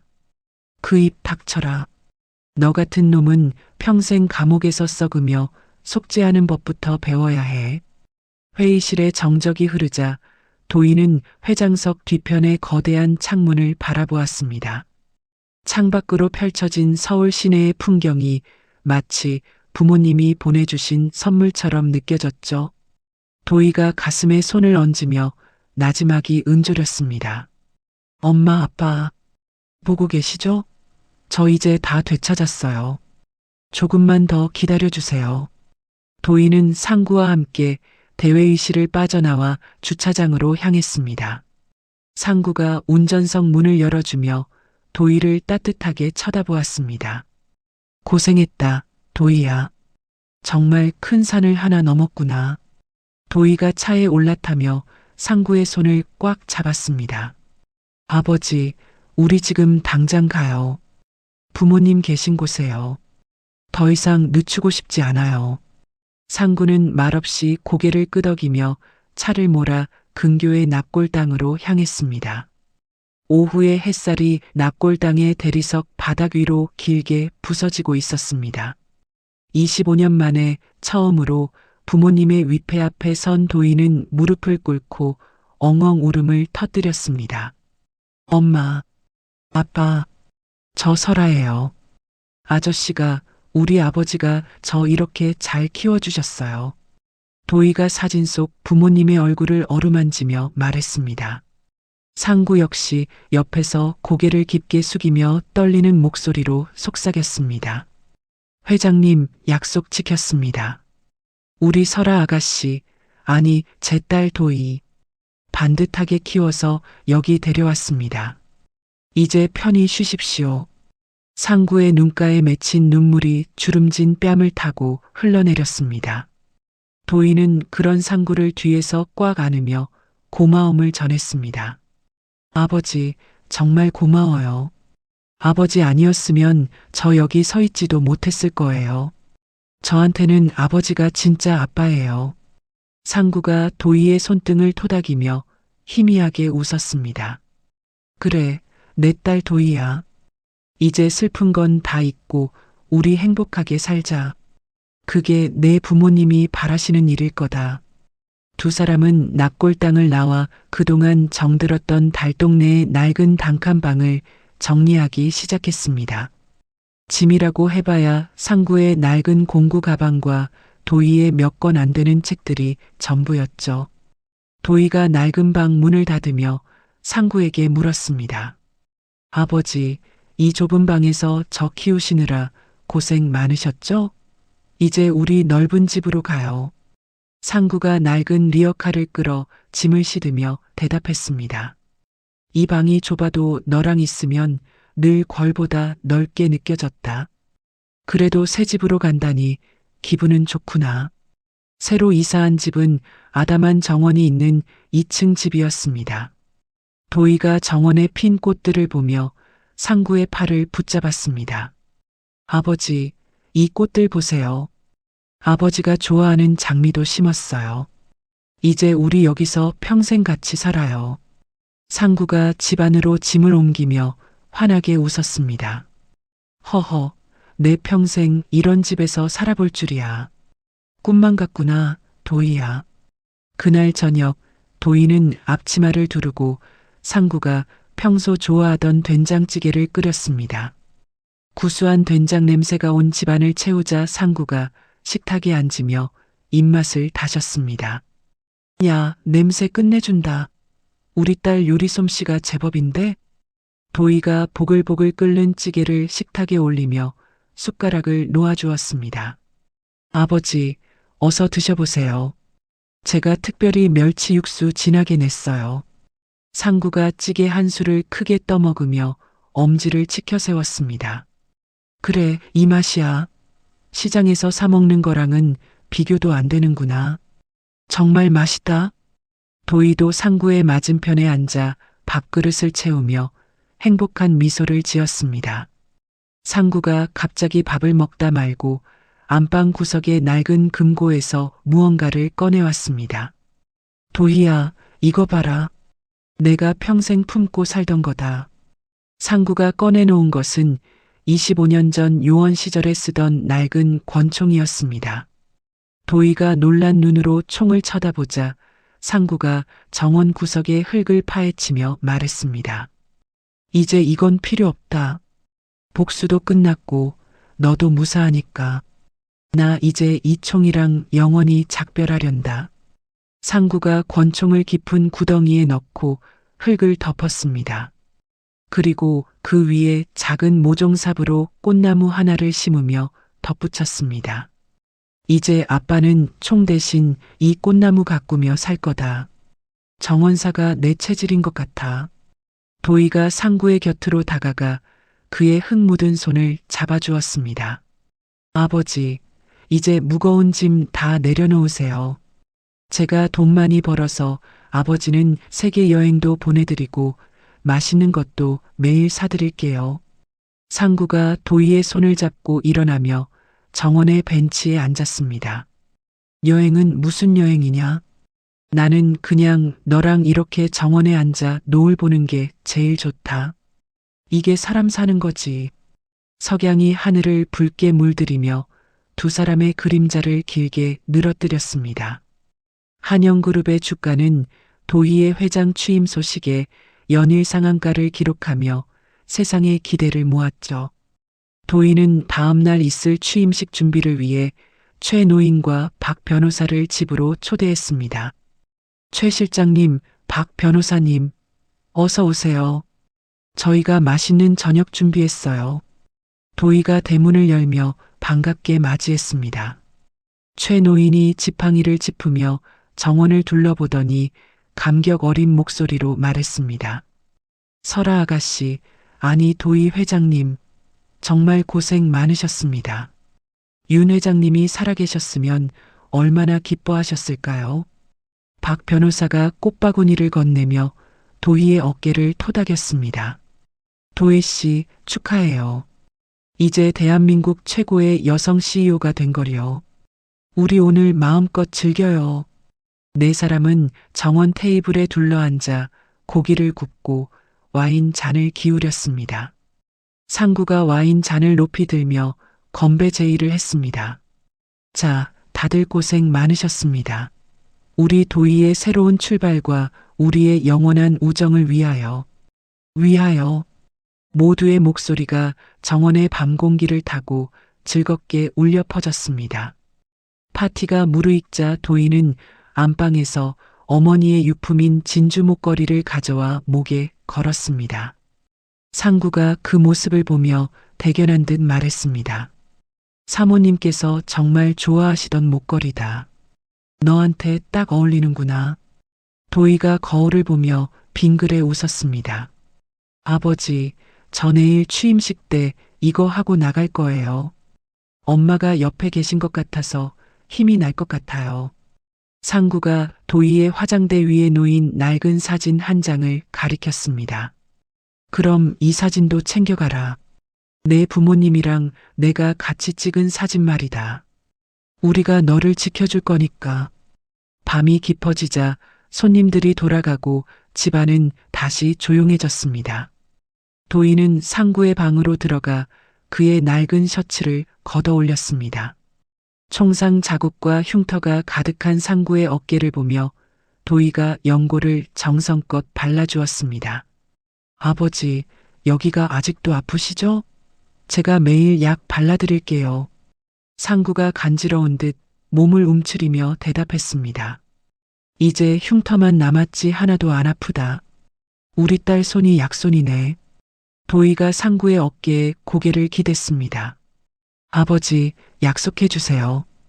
이제 절대로 위험한 곳에 안 가겠다고요. 제 옆에서 오래오래 건강하게 계셔야 해요. 상구가 도희의 손을 꼭 쥐며 나지막이 약속했습니다. 그래, 약속하마. 이제 내 인생에 총소리는 없다. 오직 내 웃음소리만 들으며 살 거다. 두 사람은 거실에 불을 끄고 각자의 방으로 들어갔습니다. 달빛이 정원의 꽃나무 위로 은은하게 내려앉아 평화로운 밤을 축복하는 듯 했죠. 복수라는 거친 파도가 지나간 자리에 찾아온 이 고요한 행복은 무엇과도 바꿀 수 없는 보석 같았습니다. 하지만 그 시각 정원 담벼락 바깥 어둠 속에서 누군가가 집안을 유심히 지켜보고 있었습니다. 검은 모자를 깊게 눌러 쓴 사내가 품속에서 무전기를 꺼내 나지막이 속삭였습니다. 목표 지점 확인했습니다. 한상구와 한도희 둘 다 안에 있습니다. 다음 지시 기다리겠습니다. 무전기 너머로 기분 나쁜 기계음이 들려오더니 이내 조용해졌습니다. 산에는 담벼락 밑에 무언가 작은 기계 하나를 설치하고는 소리 없이 어둠 속으로 사라졌죠. 잠시 멈춘 평화 뒤로 또 다른 거대한 폭풍이 몰려오고 있음을 두 사람은 아직 알지 못했습니다. 정원의 나뭇잎이 바람에 흔들리며 바스락거리는 소리를 냈습니다. 도희는 꿈속에서 부모님과 함께 넓은 들판을 달리는 행복한 꿈을 꾸고 있었고, 상구는 오랜만에 깊은 잠에 들어 있었습니다. 다음 날 아침, 도희는 평소보다 일찍 일어나 기지개를 켰습니다. 정원으로 나간 도희는 밤새 핀 예쁜 꽃들을 보며 싱긋 미소 지었죠. 하지만 꽃나무 아래 흙이 미세하게 파헤쳐진 것을 발견하고 고개를 갸웃거렸습니다. 어라, 어제 아버지가 여기 꽃 심으셨나? 도희가 손으로 흙을 살짝 만져보는 찰나 담벼락 너머에서 날카로운 금속음이 들려왔습니다.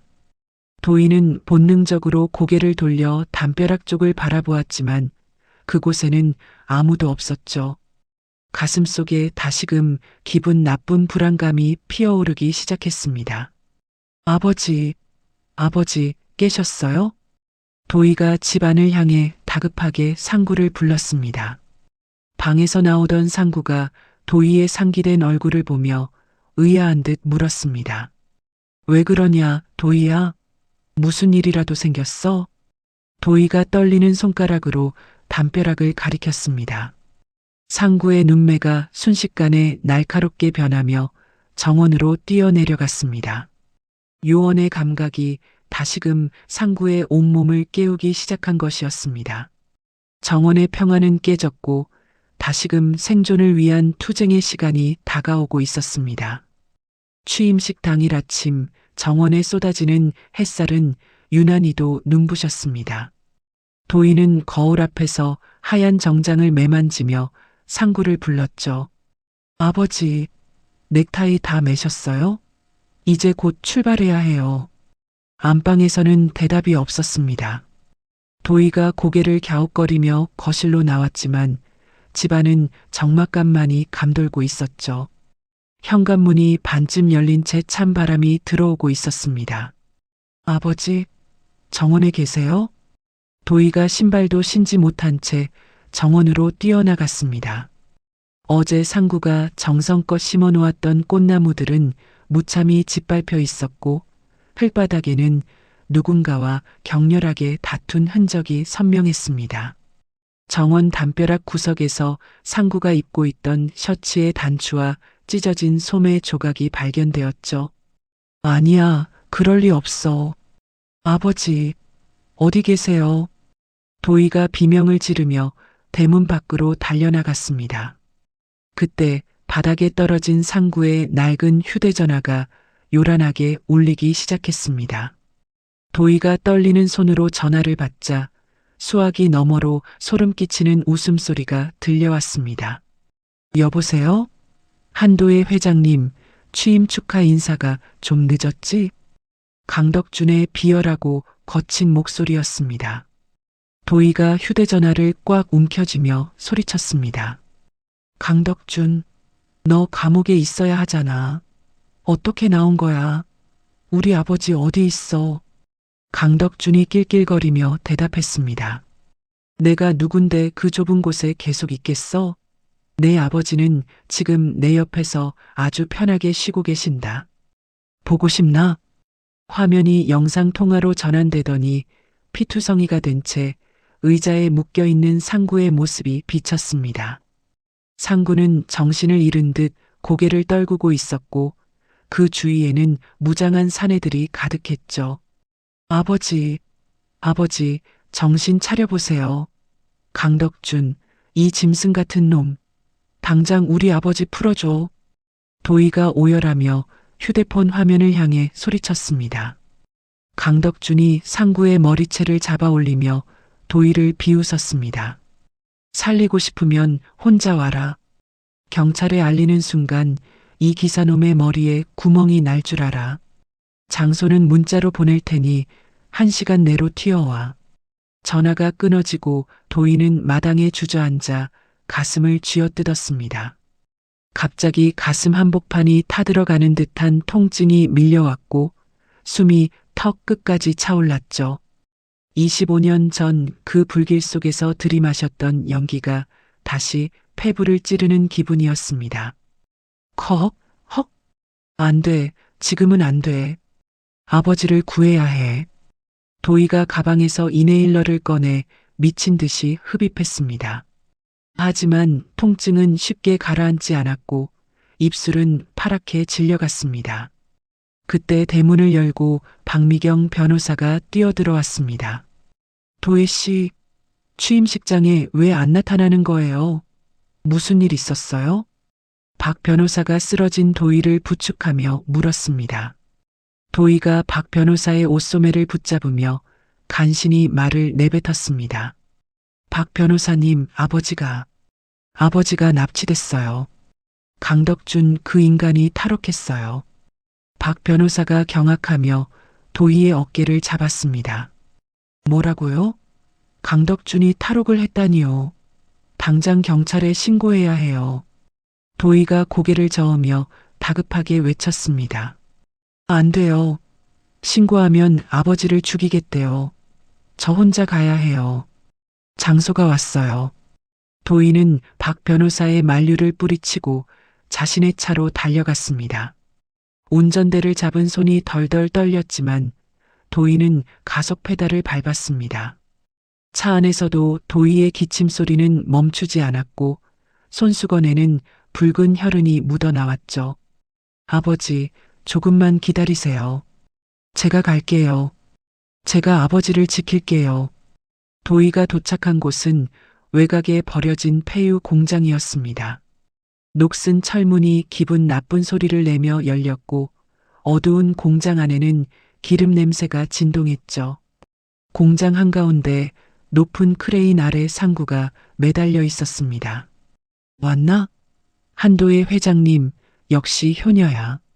강덕준이 휠체어에 앉은 채 담배를 피우며 나타났습니다. 탈옥 과정에서 다리를 다친 듯 보였지만 눈빛만은 광기에 차 있었죠. 도희가 상구의 상태를 확인하며 강덕준을 향해 소리쳤습니다. 원하는 게 뭐야? 돈이야? 경영권이야? 다 줄 테니까 제발 우리 아버지 내려줘.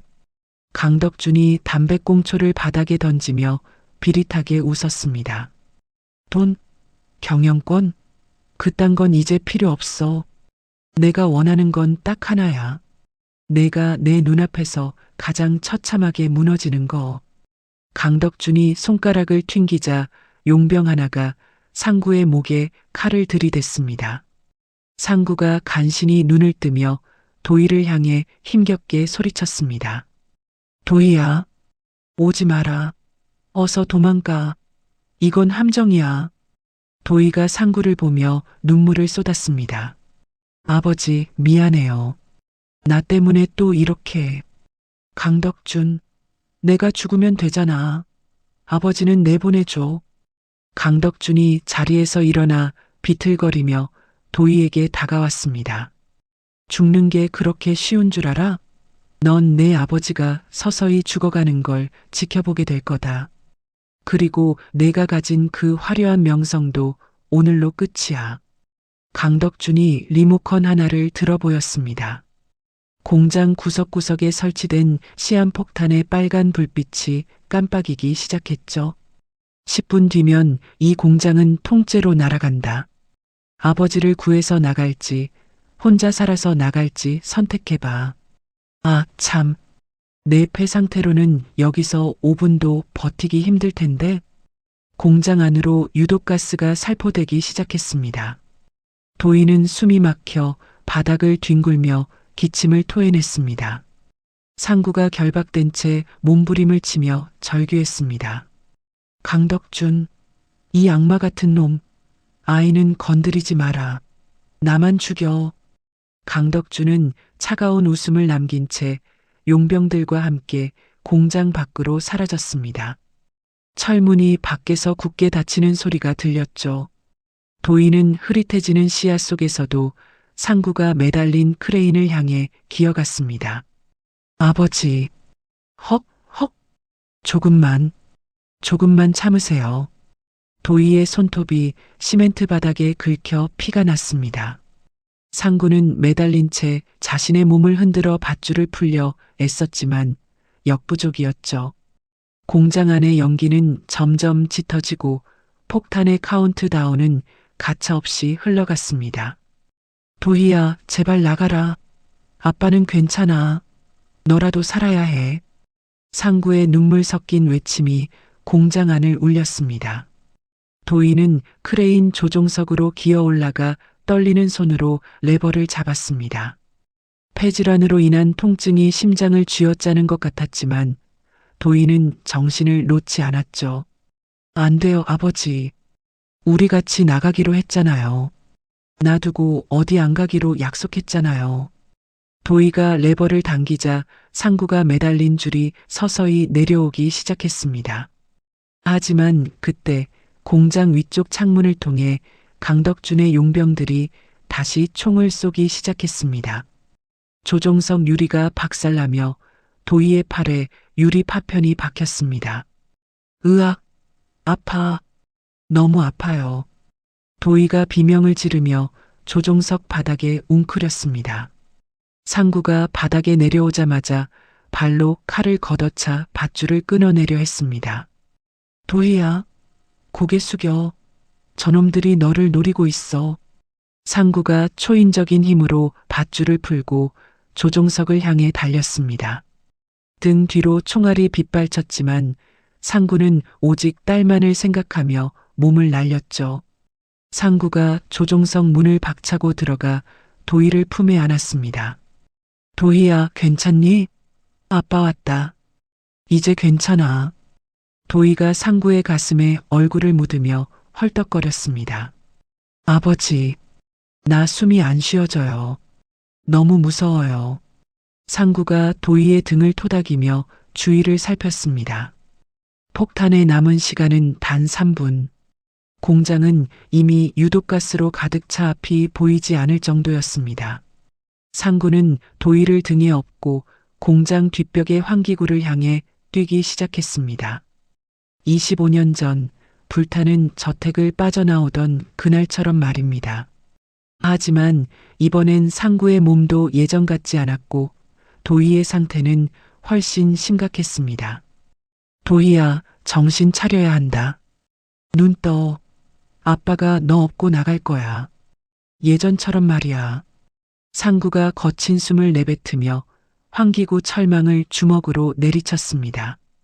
피가 터지고 뼈가 으스러지는 소리가 났지만 상구는 멈추지 않았죠. 마침내 철망이 뜯겨나가고 차가운 바깥 공기가 안으로 밀려 들어왔습니다. 상구가 도희를 먼저 밖으로 밀어내고 자신도 빠져나오려는 찰나 강덕준이 다시 나타났습니다. 강덕준이 권총을 상구의 다리를 향해 쏘았습니다. 탕! 상구가 비명을 지르며 바닥으로 쓰러졌습니다. 환기구 밖으로 떨어진 도희가 상구를 보며 울부짖었습니다. 아버지, 안 돼. 아버지. 강덕준이 쓰러진 상구의 머리에 총을 겨누며 도희를 쳐다보았습니다. 결국 이렇게 되는구나. 한상구, 넌 여기서 죽어라. 한도혜, 넌 평생 아버지를 버리고 도망친 배신자로 살아라. 강덕준의 손가락이 방아쇠를 당기려는 순간 공장 전체가 거대한 진동과 함께 폭발하기 시작했습니다. 화염이 순식간에 공장 내부를 덮쳤고 검은 연기가 하늘을 뒤덮었습니다. 도희는 충격으로 뒤로 날아가 정신을 잃었고 공장은 무너져 내리는 소리만 가득했습니다. 아버지, 안 돼요. 제발.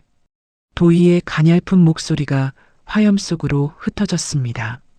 취임식 날의 영광은 온데간데였고 절망적인 어둠만이 두 사람을 집어삼키고 있었습니다. 행복했던 정원의 풍경은 이제 멀고 먼 꿈처럼 느껴졌습니다. 무너진 공장 잔에 너머로 사이렌 소리가 들려오기 시작했습니다. 하지만 불길은 쉽게 잡히지 않았고 상구의 소식은 어디에도 없었죠. 도희는 차가운 바닥에 누워 눈물을 흘리며 서서히 의식을 잃어갔습니다. 꿈속에서 도희는 5살 설아가 되어 상구의 등에 엎여 있었습니다.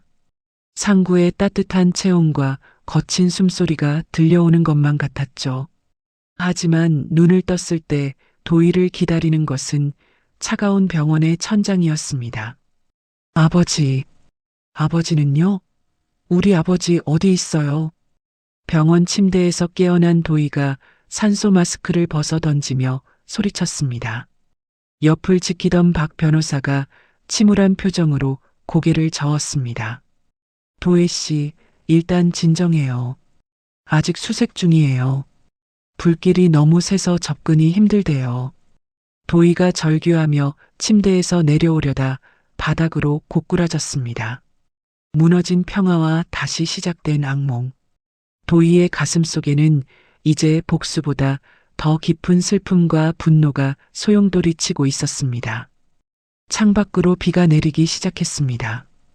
25년 전 그날처럼 하늘도 도희의 슬픔을 아는 듯 무겁게 울고 있었습니다. 도희는 창문을 보며 이를 갈았습니다. 강덕준, 내가 살아있다면 내가 직접 지옥으로 보내줄게. 우리 아버지를 돌려줘. 도희의 서늘한 맹세가 병실 안을 가득 채웠습니다. 도희는 비틀거리면서도 다시 일어섰습니다. 상구가 가르쳐준 요원의 기술과 도희의 천재적인 두뇌가 결합할 시간. 어두운 밤을 가로지르는 번개처럼 도희의 눈빛이 매섭게 빛났습니다. 기다려요, 아버지. 제가 곧 갈게요. 매캐한 검은 연기가 하늘을 뒤덮고 거대한 폭발음이 고막을 찢는 듯 울려 퍼졌습니다. 공장 건물이 맥없이 무너져 내리며 거대한 화염이 사방으로 튀어올랐죠. 바닥에 쓰러진 채 의식을 잃어가던 도희가 희미하게 눈을 뜨며 피 섞인 기침을 내뱉었습니다. 아, 아버지, 안 돼요. 거기 있으면. 도희가 떨리는 손으로 무너진 공장 입구를 향해 손을 뻗으며 울먹였습니다. 그때 불길을 뚫고 거대한 그림자 하나가 도희를 향해 달려왔습니다. 온몸이 그 흐름으로 뒤덮이고 옷가지가 갈갈이 찢어진 상구가 도희를 번쩍 안아들었죠. 상구가 도희의 얼굴에 묻은 먼지를 닦아내며 거칠게 소리쳤습니다. 도희야, 정신 차려. 아빠 여기 있다. 나 아직 안 죽었어. 도희가 상구의 가슴팍을 움켜쥐며 힘겹게 대답했습니다. 아버지, 살아계셨군요. 정말 다행이에요. 상구가 도희를 안전한 엄폐물 뒤에 내려놓으며 입술을 깨물었습니다. 강덕준, 그 인간 쓰레기는 어디 있냐? 내 오늘 그놈만큼은 지옥으로 보내주마. 도희가 손가락으로 공장 옥상 쪽으로 연결된 외부 비상계단을 가리켰습니다.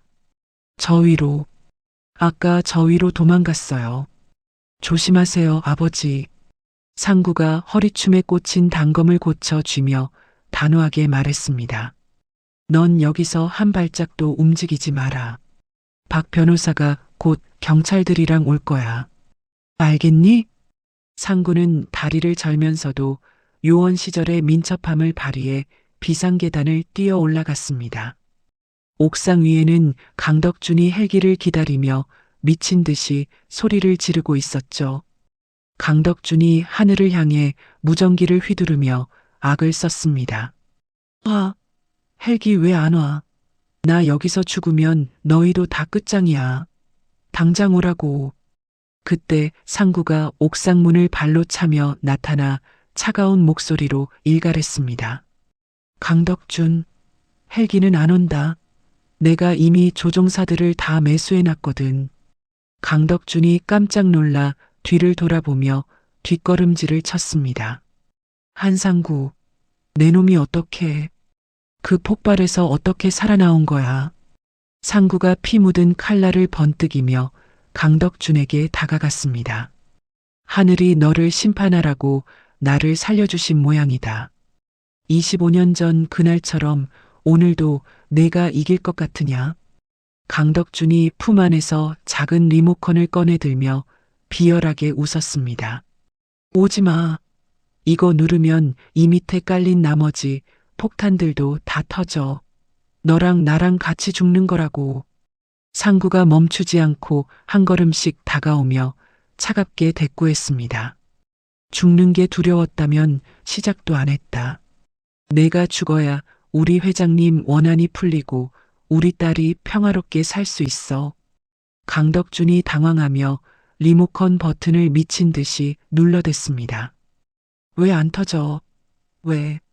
이 기계가 왜 이 모양이야? 옥상 난간 아래에서 도희가 스마트워치를 조작하며 천천히 걸어 올라왔습니다. 도희가 이네일러를 한번 깊게 들이마신 뒤 강덕준을 노려보며 말했습니다. 소용없어요. 제가 이미 공장 전체 전파를 차단했어요. 당신의 그 장난감은 이제 그냥 플라스틱 덩어리일 뿐이에요. 강덕준이 도희를 보고 기겁하며 난간 끝으로 몰렸습니다. 한도희, 내년이 감히 내 계획을 망쳐? 내가 너희 부모를 죽였듯이 너도 죽여버릴 거야. 도희가 자신의 손목에 찬 시계 카메라를 강덕준의 얼굴에 비추며 선언했습니다. 지금 이 모든 대화가 전 세계로 생중계되고 있어요. 당신의 입으로 직접 부모님 살해 사실을 고백한 것도 방금 다 나갔고요. 강덕준이 주위를 둘러보자 하늘 위로 수십 대의 촬영용 드론이 우문거리며 떠 있었습니다. 인터넷 방송 채팅창에는 강덕준을 향한 시민들의 분노 섞인 댓글이 폭포수처럼 쏟아지고 있었죠. 강덕준이 머리를 쥐어뜯으며 비명을 질렀습니다. 아니야. 이건 함정이야. 조작된 영상이라고. 믿지 마. 상구가 강덕준의 멱살을 잡아 옥상 바닥에 내팽개치며 호통을 쳤습니다. 아직도 정신을 못 차렸군. 내 놈이 저지른 죄가 하늘을 찌르는데 어디서 발뺌이냐. 강덕준이 바닥을 기며 상구의 바짓가랑이를 붙잡고 애원했습니다. 상구야, 우리 예정을 생각해서 한 번만 봐줘라. 내가 돈 다 줄게. 해외로 도망가게만 해줘.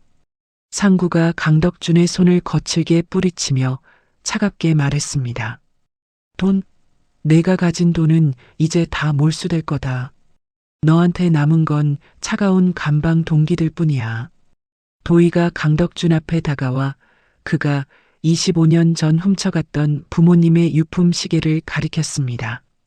이 시계, 우리 아빠가 당신한테 선물했던 거죠? 믿었던 사람에게 배신당한 우리 아빠의 마음이 어땠을지 조금이라도 느껴보세요. 강덕준이 시계를 보며 허탈한 표정을 짓더니 이내 실성한 듯 웃기 시작했습니다. 하하, 그래, 내가 다 했다.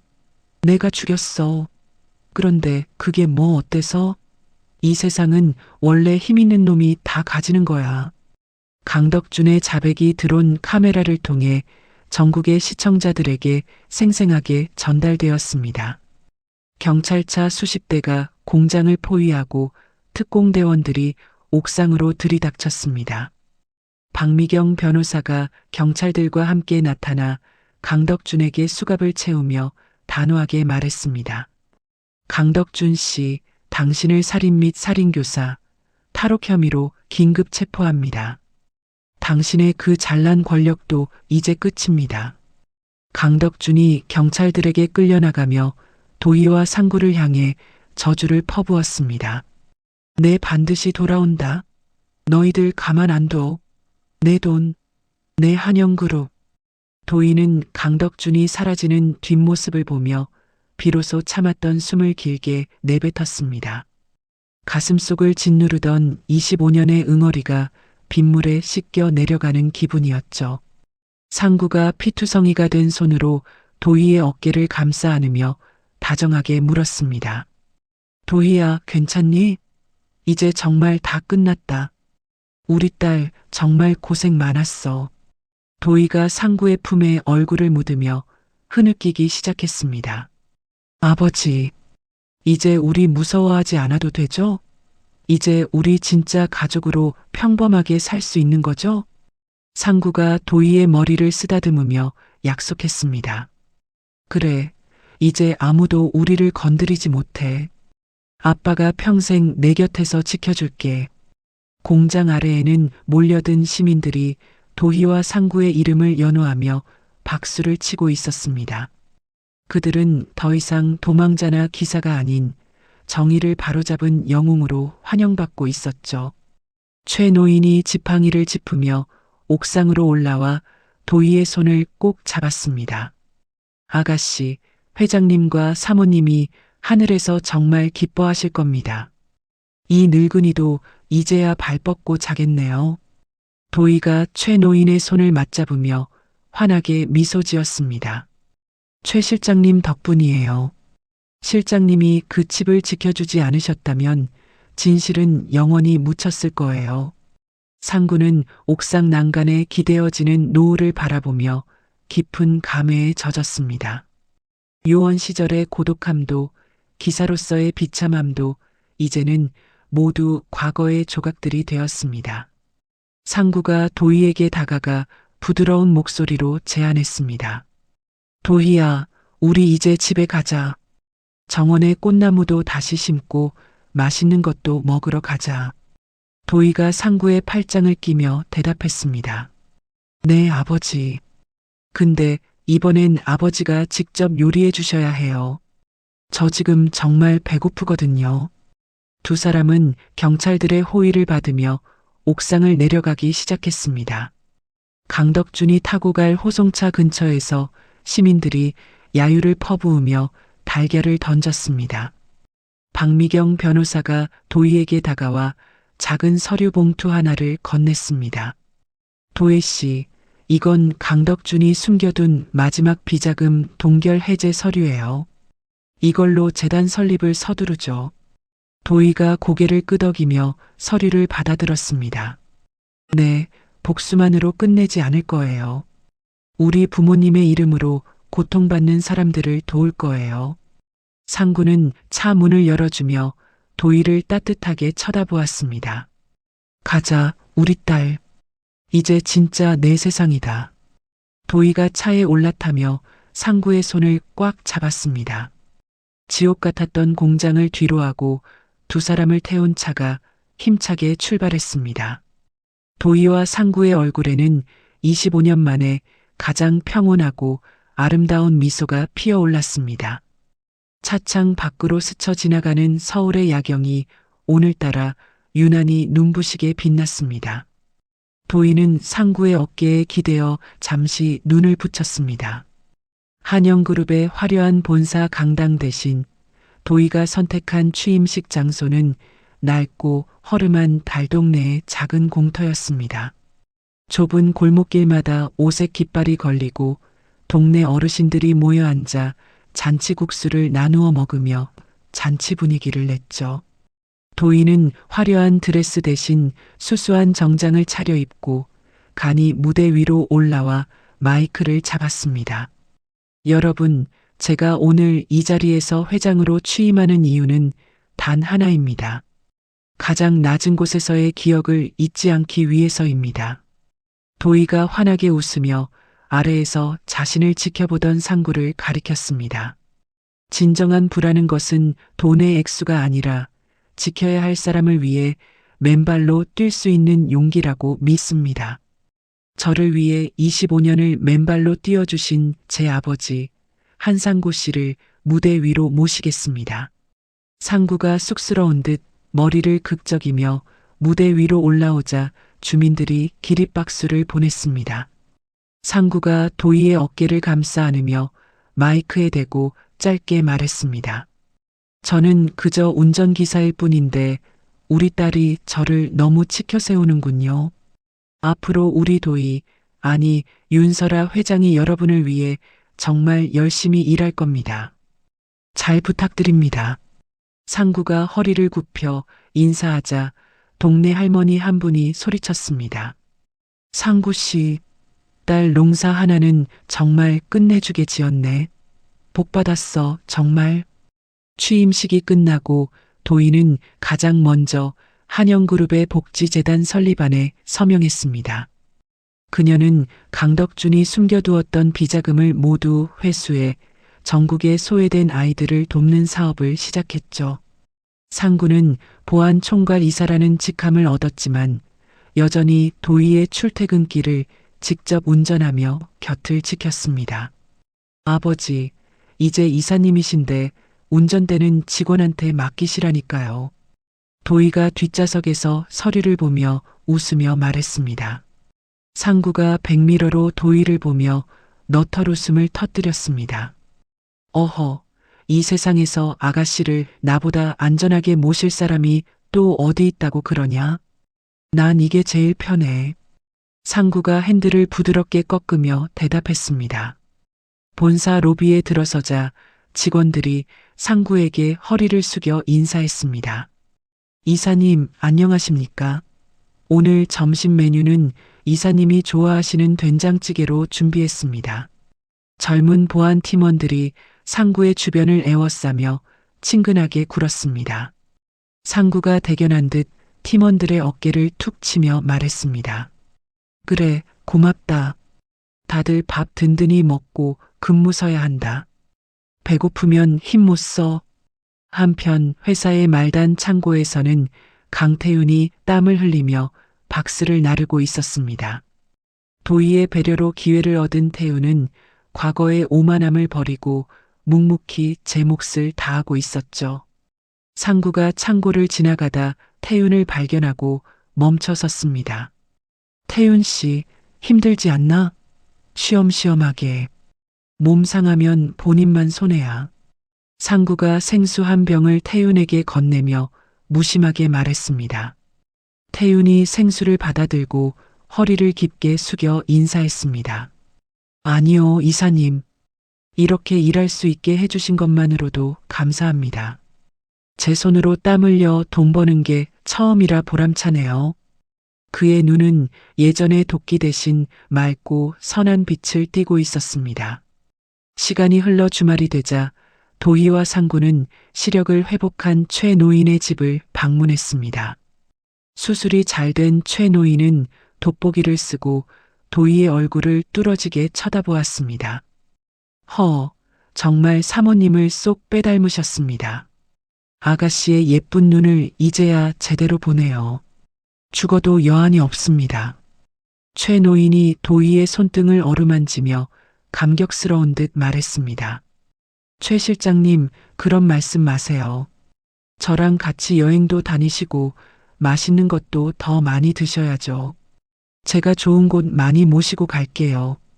상구가 옆에서 과일을 깎으며 최 노인에게 참외한 조각을 내밀었습니다. 실장님, 이제 눈도 잘 보이시는데 바둑이나 한 판 두시죠. 제가 이번엔 진짜 안 봐드릴 겁니다. 상구가 바둑판을 꺼내며 장난스럽게 말했습니다. 최 노인이 허허 웃으며 바둑알을 집어들었습니다. 자네 실력이야 뻔하지 않나? 내 눈이 안 보일 때도 자네가 나한테 이긴 적이 없네만. 세 사람의 웃음소리가 마당의 감나무 아래로 평화롭게 퍼져나갔습니다. 몇 년 뒤 도희는 자신의 파란만장했던 삶과 상구의 헌신을 담은 자서전을 출판했습니다. 책의 제목은 나의 영원한 기사님께였고 첫 장에는 상구의 낡은 구두 사진이 실려 있었죠. 아버지, 이 책 보세요. 제가 아버지를 위해 쓴 거예요. 우리 이야기가 이렇게 책으로 나왔어요. 도희가 서재에서 책 한 권을 상구에게 건네며 자랑스럽게 말했습니다. 내가 한 게 뭐 있다고 이런 걸 썼냐?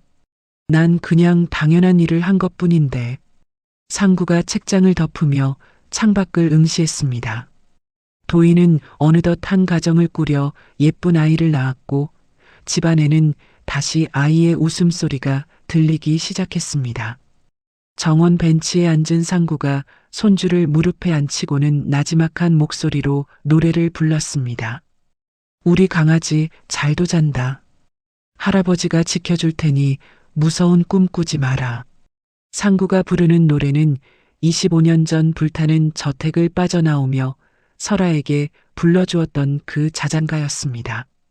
도희는 거실 창가에서 그 모습을 지켜보며 눈시울이 붉어졌습니다. 아버지, 그 노래 아직도 기억하고 계셨네요. 제가 제일 좋아하던 노래인데. 도희가 따뜻한 차 두 잔을 들고 정원으로 나와 상구의 옆에 앉았습니다. 상구가 아이의 머리를 쓰다듬으며 도희를 쳐다보았습니다. 이 노래를 어떻게 잊겠니? 너를 업고 산을 넘을 때 내 심장 소리보다 더 크게 부르던 노래인데. 상구가 차 한 모금을 마시며 먼 산을 바라보았습니다. 두 사람은 주말을 맞아 예전 부모님이 좋아하시던 바닷가 언덕을 찾았습니다. 도희야, 정말 행복하구나. 가끔은 이 모든 게 꿈일까봐 겁이 날 때도 있단다. 도희가 상구의 어깨에 머리를 기대며 그의 팔을 꼭 잡았습니다. 꿈 아니에요, 아버지. 우리가 함께 만든 현실이에요. 아버지가 계셔서 제가 여기까지 올 수 있었어요. 도희가 상구의 손에 있는 수많은 흉터와 굳은 살을 만지며 속삭였습니다. 상구는 이제 요원의 날카로움도 기사의 고단함도 모두 덜어낸 평온한 노인의 얼굴이었습니다. 상구가 도희의 손등을 덮어주며 나지막하게 응조렸습니다. 고맙다, 도희야. 내 딸로 살아줘서. 그리고 이렇게 당당하게 이겨내줘서 정말 고마워. 노을이 두 사람의 실루엣을 따뜻하게 감싸 안으며 서서히 수평선 아래로 가라앉았습니다. 세상에서 가장 어두운 밤을 건너온 두 사람은 이제 그 누구보다 찬란한 아침을 맞이할 준비가 되어 있었습니다. 상구와 도희는 나란히 서서 지평선을 바라보며 말없이 미소 지었습니다. 그들의 뒷모습 위로 25년의 세월이 주마등처럼 스쳐 지나갔습니다. 맨발로 뛰었던 기사와 그 등에 업혔던 어린아이. 이제는 당당한 여왕과 그녀의 영원한 수호신이 되어 서로를 지탱하고 있었죠. 바람이 불어와 도희의 머리카락을 흩뜨렸지만 그녀는 여전히 상구의 어깨를 놓지 않았습니다. 가장 어두운 밤을 건넌 자만이 가장 밝은 아침을 맞이한다는 진리를 두 사람은 온몸으로 증명하고 있었습니다. 그들의 이야기는 끝이 났지만 그들이 남긴 사랑과 정의의 유산은 영원히 이어질 것입니다. 도희가 상구를 보며 환하게 웃으며 마지막 말을 건넸습니다. 아버지, 내일은 우리 여행 떠나기로 했잖아요. 늦잠 주무시면 안 돼요. 상구가 도희의 손을 잡고 언덕을 내려가며 대답했습니다. 걱정 마라. 내가 내 기사인데 늦어서야 되겠니? 준비 다 해놨으니 넌 몸만 오렴. 두 사람의 멀어지는 발걸음 소리가 파도 소리에 섞여 평화롭게 흩어졌습니다. 하지만 더 이상 그 밤은 무섭지 않았습니다. 서로가 서로의 빛이 되어주고 있었으니까요. 한상구 씨와 도희, 아니 설아의 25년에 걸친 긴 여정이 드디어 아름다운 막을 내렸습니다. 가장 낮은 곳에서 맨발로 아이를 업고 뛰었던 한 남자의 헌신이 결국 세상을 밝히는 거대한 정의가 되어 돌아온 감동적인 시간이었습니다. 여러분은 오늘 이야기를 어떻게 들으셨나요? 혹시 지금 삶의 무게가 너무 무겁게 느껴져 지쳐 계신 분이 있다면 도희와 상구 씨가 그랬던 것처럼 여러분 곁에도 반드시 든든한 기사님 같은 존재가 있을 거라 믿습니다. 가장 어두운 밤이 지나면 반드시 찬란한 아침이 오기 마련이니까요. 이야기를 끝까지 들어주신 분이 계시다면 어디에서 듣고 계신지 지역을 댓글로 남겨주세요. 제가 감사 인사드리겠습니다. 구독도 꼭 눌러주세요. 감사합니다.